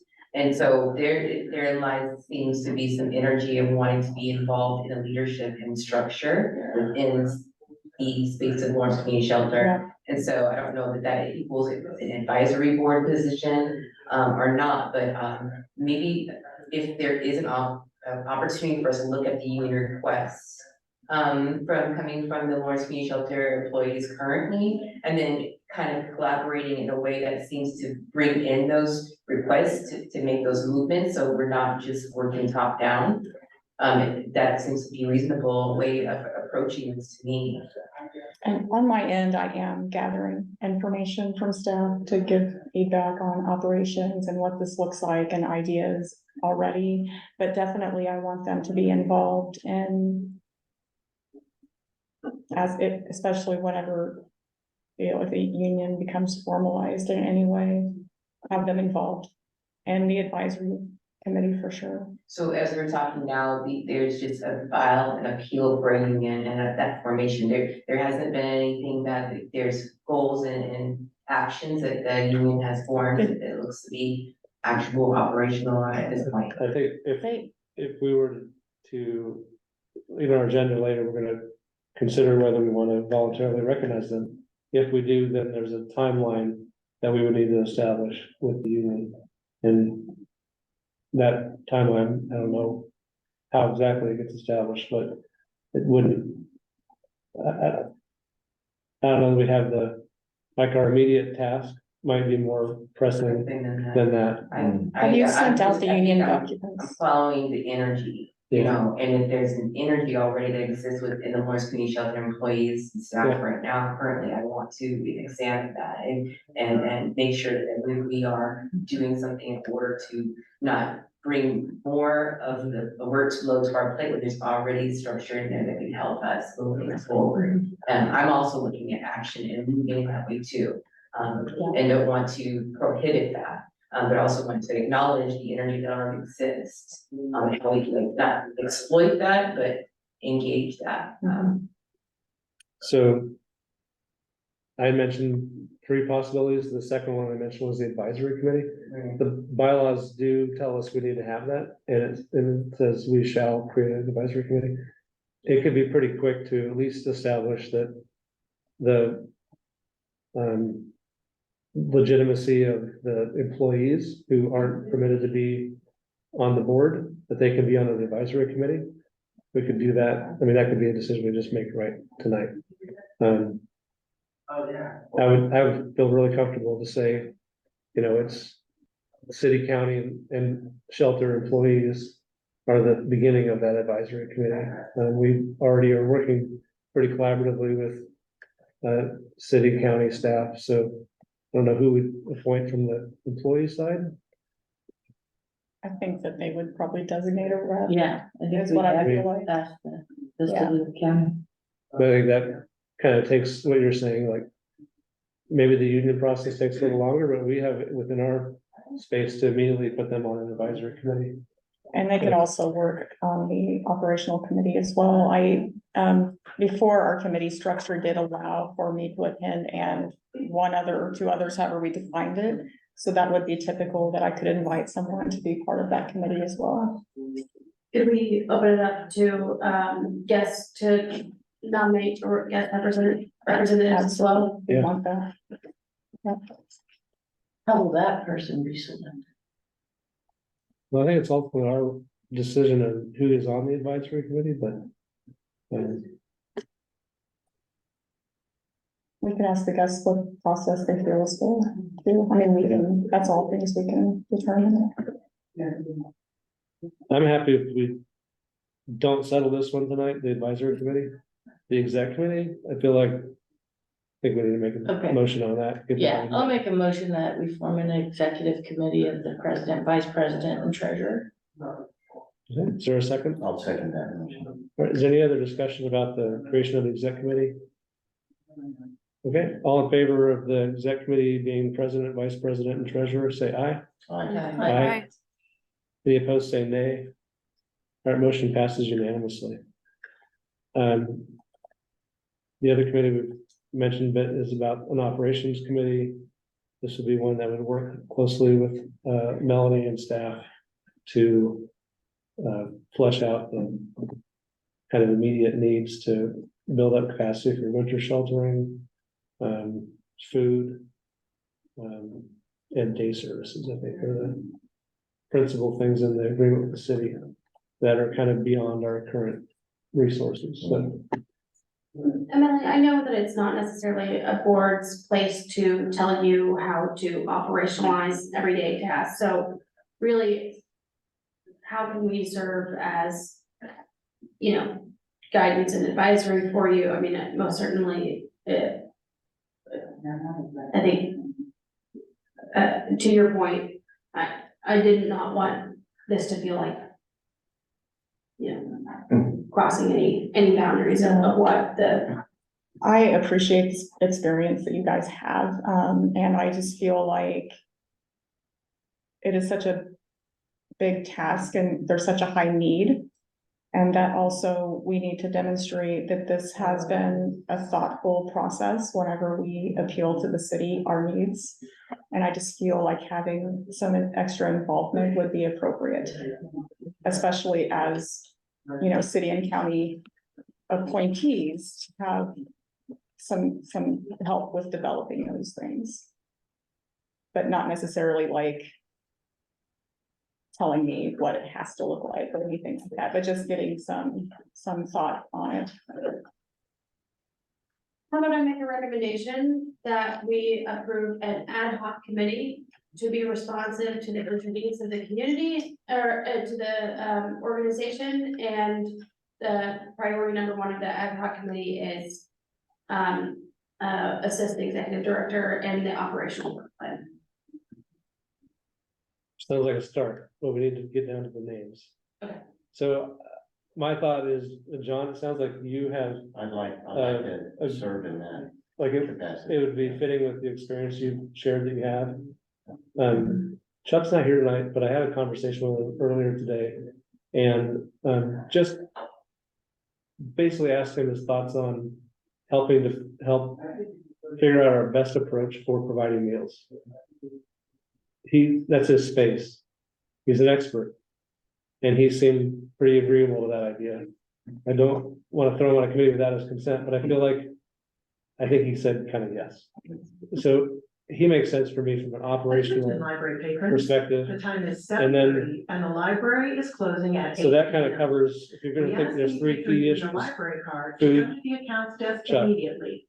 Since we. Winter will emergency stop issuing shelter, new cards John. in 15 This leaves kind of day minutes. services Any out there. children or teens well, needing help, call in I for don't a know. ride home.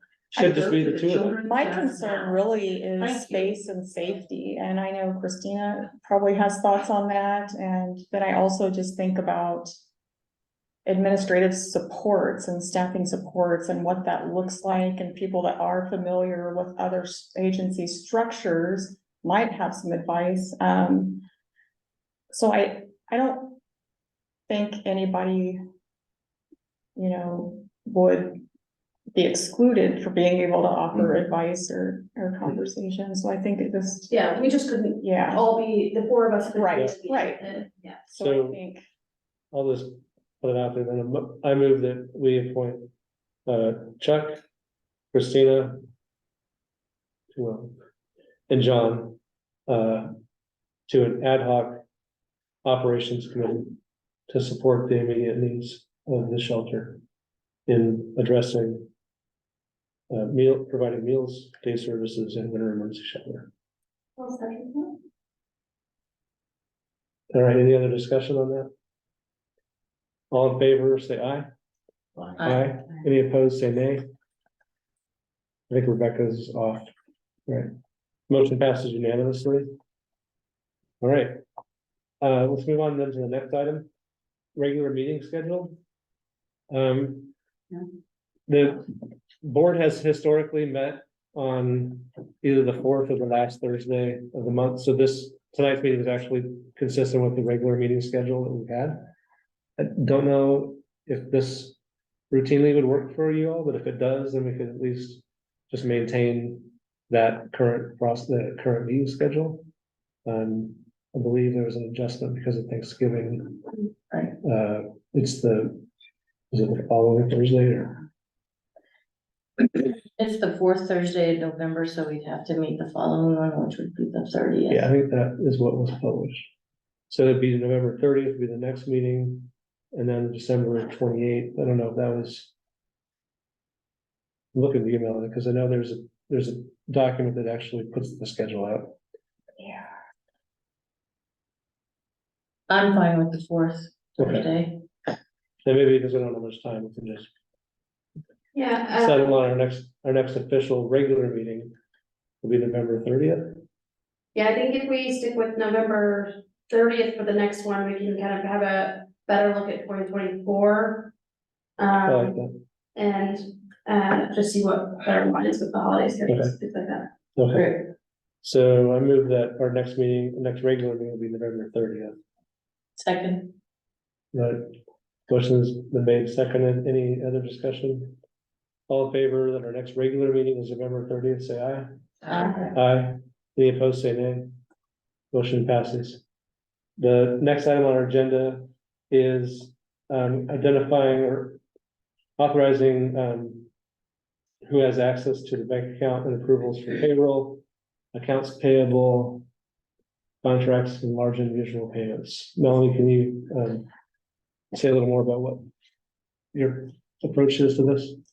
I believe when I first started, it was the board president and the treasurer and the vice president were all on the bank accounts. We have to have at least 2 board approvals to approve our payroll and our accounts payable. So whenever we got down to just 2 board members, relying on both of them to always respond, you know, in a timely way, sometimes was difficult. So I prefer having more than just the 2. But it could be as many or as at least 2, whatever the board decides. I did write some accounting policies and drafted them a while back, but those are all gonna have to be updated. So right now, I think it's just your call. Who's currently on the accounts? There are no board members on the accounts right now. Oh, So would it sounds consistent then if the exec committee that we just established were the same members that have access to the accounts? Is that? I would just maybe suggest just all officers, I think, Okay, since you need 2 signers for some of the Yeah. things, it gives you some flexibility with, you know, now you could only have 1, you know, having 4 makes it a little bit easier to make sure that you have the authorization you need. And I'm. My suggestion is for. All right, I second that. can I take that as a motion? Yeah, All sorry, right. my motion. All right, so the motion is, and motion's been made and seconded to authorize the officers to be, have access to the bank account and provide approvals for payroll, accounts payable, contracts, and large unusual payments. Any other discussion? All in favor of the motion, say aye. Aye. Did you wanna? With the exception of contracts, I know we'll be going through the review of the policies and procedures, but contracts will be able to be reviewed by the full board, but this is just authorizing the signers of those contracts and agreements, correct? So as I understood what Melanie said, 2 board members should typically make approval for these items. So it's really identifying who has the authority to be on that list of approvers. And I think Is that, that's kind of like signature, but it doesn't mean that it can't be approved by the board. But that's who will be responsible for the signatures going on the documents. And the financial policies before, it was only if it was over a $25,000 contract that the board would have to approve. And so there were limits, but because there are things like if I enter into a contract, renew a contract for HVAC work and it's routine, typically I would just enter that. So these would be things out of the routine. Typically $25,000 right now would be something that, I wouldn't do a $20,000 contract right now, obviously. if Max was still here, I want to ask him if having 4, because I know the process, because I've done this a couple times now. The payroll that's approved, Melanie sends an email requesting approval. I respond, or Max, our previous vice president, responds with approved after reviewing the documentation. If that is sent to 4 of us, it seems like it could be construed as an open meeting. The process will change. So, The process will change. We'll be able to do it through our accounting firm, and they will put the payroll into a file that, just like if it was our bank account, where you can go in and look at it and you can give a click that you approve of it. So you wouldn't actually be communicating. So generally, like, the way we do it is our board chair's electronic signature goes on all of our checks. And so I approve and our board chair approves. But if that person is gone, then all the other officers could also approve. So I don't think it means all 4 of us will ever be reviewing and approving. I think what it is 2 of, maybe you and the treasurer are always on it. And if you're out of town, then I step in or Christina steps in and we're the second. okay, Does that make sense? I mean, is that how you have understood it? Oh, you've never had enough people. I never had enough people. All right, does someone want to throw together a motion that's maybe got a little more clarity? I mean, I think right now what we do is get all 4 officers on the accounts. Yeah. Okay, And then let's work on drafting. All right. Procedure, yeah. Yeah, so I think that's the same motion we already had, yep. right? Sorry. Okay, so all in favor? That's the exact. It's actually all 4 officers. All 4 officers. Getting late now. So the motion on the floor is that all 4 officers have approval authority. And it was made by Liz, seconded by Shannon, I think. So then we had a lot of discussion. If there's no more discussion, all in favor, say aye. Aye. All opposed, say nay. Motion passes unanimously. Okay. Next item on the regular agenda is considering a letter from the LCS employees to unionize and join CWA Local 6400. I did take liberty to draft how we might make a motion. So I mean, do Oh, you oh. have a good understanding of the impact of like, I just felt like when I got this letter today and the agreement, I don't know that I have enough information. Not necessarily opposed to it, Mhm. I don't know what the ramifications are. I think it's, that was sort of a similar reaction that the previous board had, and the need to want to understand more. So we asked Hannah come and help us understand that process. I'm happy to say we need more time to still deliberate on it. So if your preference tonight would be just defer this again, we can certainly do that, or, I don't know if she mentioned it, but I do know that they were going to go ahead and move forward with filing for the election process, which could, as I understand it, it really just saves them a bit of work. If Yeah. we just say yes right now. Um, Oh, I would really like to know what the time frame is, cause like, okay. if we do this, and then we only have 30 days to negotiate a contract with employees, I mean, Yeah, Right in but the middle. we don't have Right time in the to middle of do. what we're gonna be in the middle. Yeah, I mean, that is not our, I'm not opposed to it, I don't. I don't wanna send the wrong message that we don't value the employees, I'm just saying that is not our first hurdle. okay. And I don't know what that is, Yeah. and so then I'm not Well- super comfortable. This is your first meeting. I get it, because this kind of, when it arrived on our table, we at least wanted to officially receive it, so we did that on October 9th. And I just queued it up in case you guys were feeling ready, but I think it's reasonable to also acknowledge it's your first I'm night. feeling real ready. And you might want to learn more. Yeah. I mean, I took a little time to do that myself, and it made me feel more comfortable even drafting kind of how we might word a motion.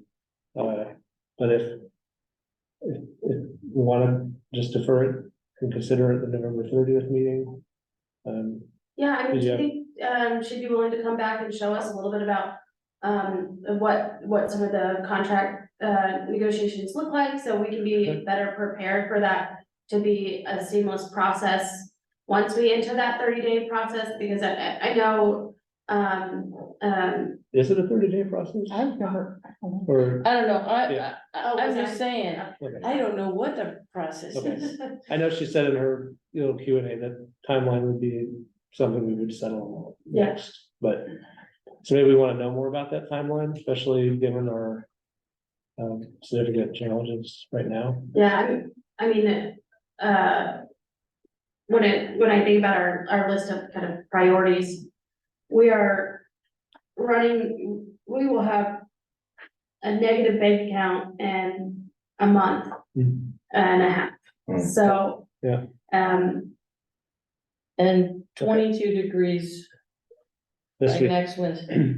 yep, I hear you. All right, Okay. so Christina, did you have anything else you wanted to say? I'm just- also, no, I don't have much, I think it's responsible to pause. I also recognize that as priorities are listed here, the priorities within the Lawrence Community Shelter employees are considered a priority as well. Yeah. So I want to know the consequences of the 30-day wait, the unintended consequences of us kind of saying these are priorities we're focusing on, and yours have to wait 30 days. I just want to know if that's going to be something to consider. So I believe if they're gonna move forward to continue to go down the election process, I mean, really, we don't have any ability to stop this process. We can The either, only way you stop it is by voluntary. yeah, so I think this isn't really we don't say yes or no to it. They go through this process, then we end up having to bargain with them around wages, work conditions, and et cetera. So the voluntary just is a way to, I think, shortcut that, the effort that they have to go through normally. So normally they go through a process with the National Labor Review Board, Relations Board, sorry, I got that wrong. And it's a election, either in person, by mail, however they would do it. This just saves them some of that work if we did the voluntary recognition. Have the staff nominated, someone to, be their, union representative? Would it be Hannah? Yes, so essentially they're asking is that the union is their representative. Attention library The patrons, collective bargaining. the time is 7:45 and the library will be closing in Unionization is 15 minutes. most certainly No new not, library cards. will not be opposed at all issued to tonight. it, and Any I children or teens needing I help just calling for a ride home want to make should sure go to that the children's desk now. we're Public doing our due sessions diligence will to end follow in the, 5 minutes. kind of the Please list of bring highest anything priorities planned and to the nearest checkout station at this time. I don't know Thank if you. it's possible to meet with staff to talk about how we can appropriately look at what the next step is to address, current and urgent concerns to, get us to the path of this, agreement. Or if the staff would, I don't know if they would just prefer to go through the formality that is their legal right to. So what I'm hearing is the interest maybe in having just a meeting where we're working with staff to understand their interest in this. I guess my point is, I think maybe, is that I don't want the staff to feel like we are not, making them a priority. And I wanted to address staff concerns because now more so than ever, we need them. And, so I want to make sure that we are taking care and addressing the staff, but I also want to make sure that we're doing our due diligence to the board to understand what the timeline from this agreement is to executing the contract and how we can logistically pull that off when we just now voted on who can even sign a contract. How about as a way to make the next step would be, we asked the exec committee to have a meeting with Hannah to be able to Sure. flesh some of this out. Rebecca's not with us, but so you, me, and we'll pull Rebecca into it and Yeah, that, it's fine. I mean, I just don't know the details of how I'm comfortable. yeah, I understand. I And mean, I'm that's, sure they could designate some staff to be included with so Hannah. I move that the exec committee, work with, Melanie and Hannah to convene a meeting with staff and Hannah, before the next full board meeting, the regular board meeting. So Hannah is, She's the union, president. Organizer. she's the orator. She's not the staff representative. No. Right? They will designate a staff, I'm sure. I don't know if they'll just be one or if it'll kind of pertain to whatever is being addressed at the time. So, We would have, in essence, that'd be Charlie, Shannon, and Rebecca. yeah, with Melanie and Hannah. And I'd say, if you think there's a staff that would make sense to be there, that would feel like that. Yeah, I think I would let Hannah and the staff Yeah, determine who yeah. would Okay, do that. all right. So motion is to have the exec committee and Melanie meet with Hannah and any staff members that want to attend. Okay. Second. All right, motion's been made and seconded. Is there any other discussion?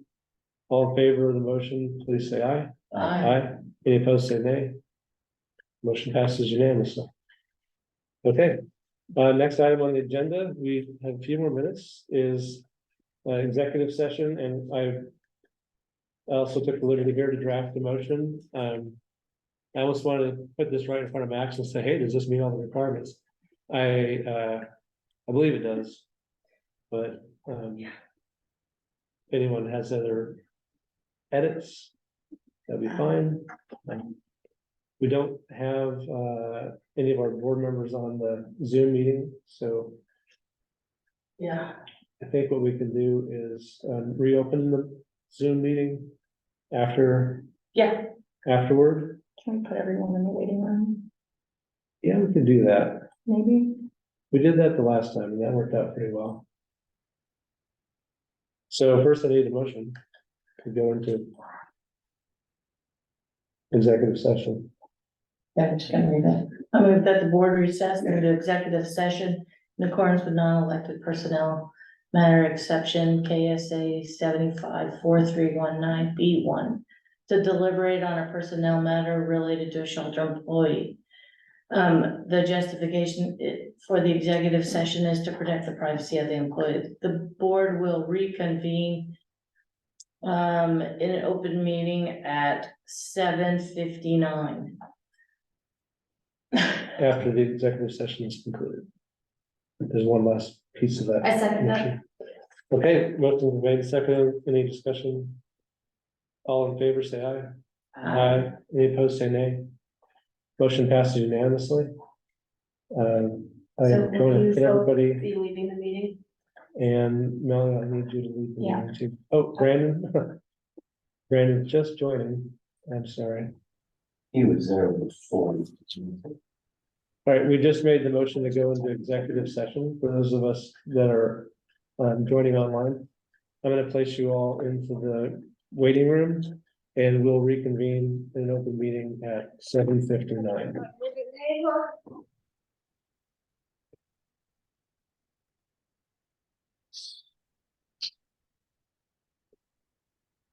Were you taking them out? I'm helping, yeah. Thank you. I was like, this is. I don't know Waiting room. what it says.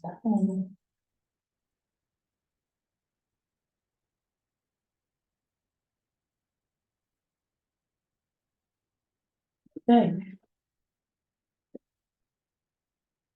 And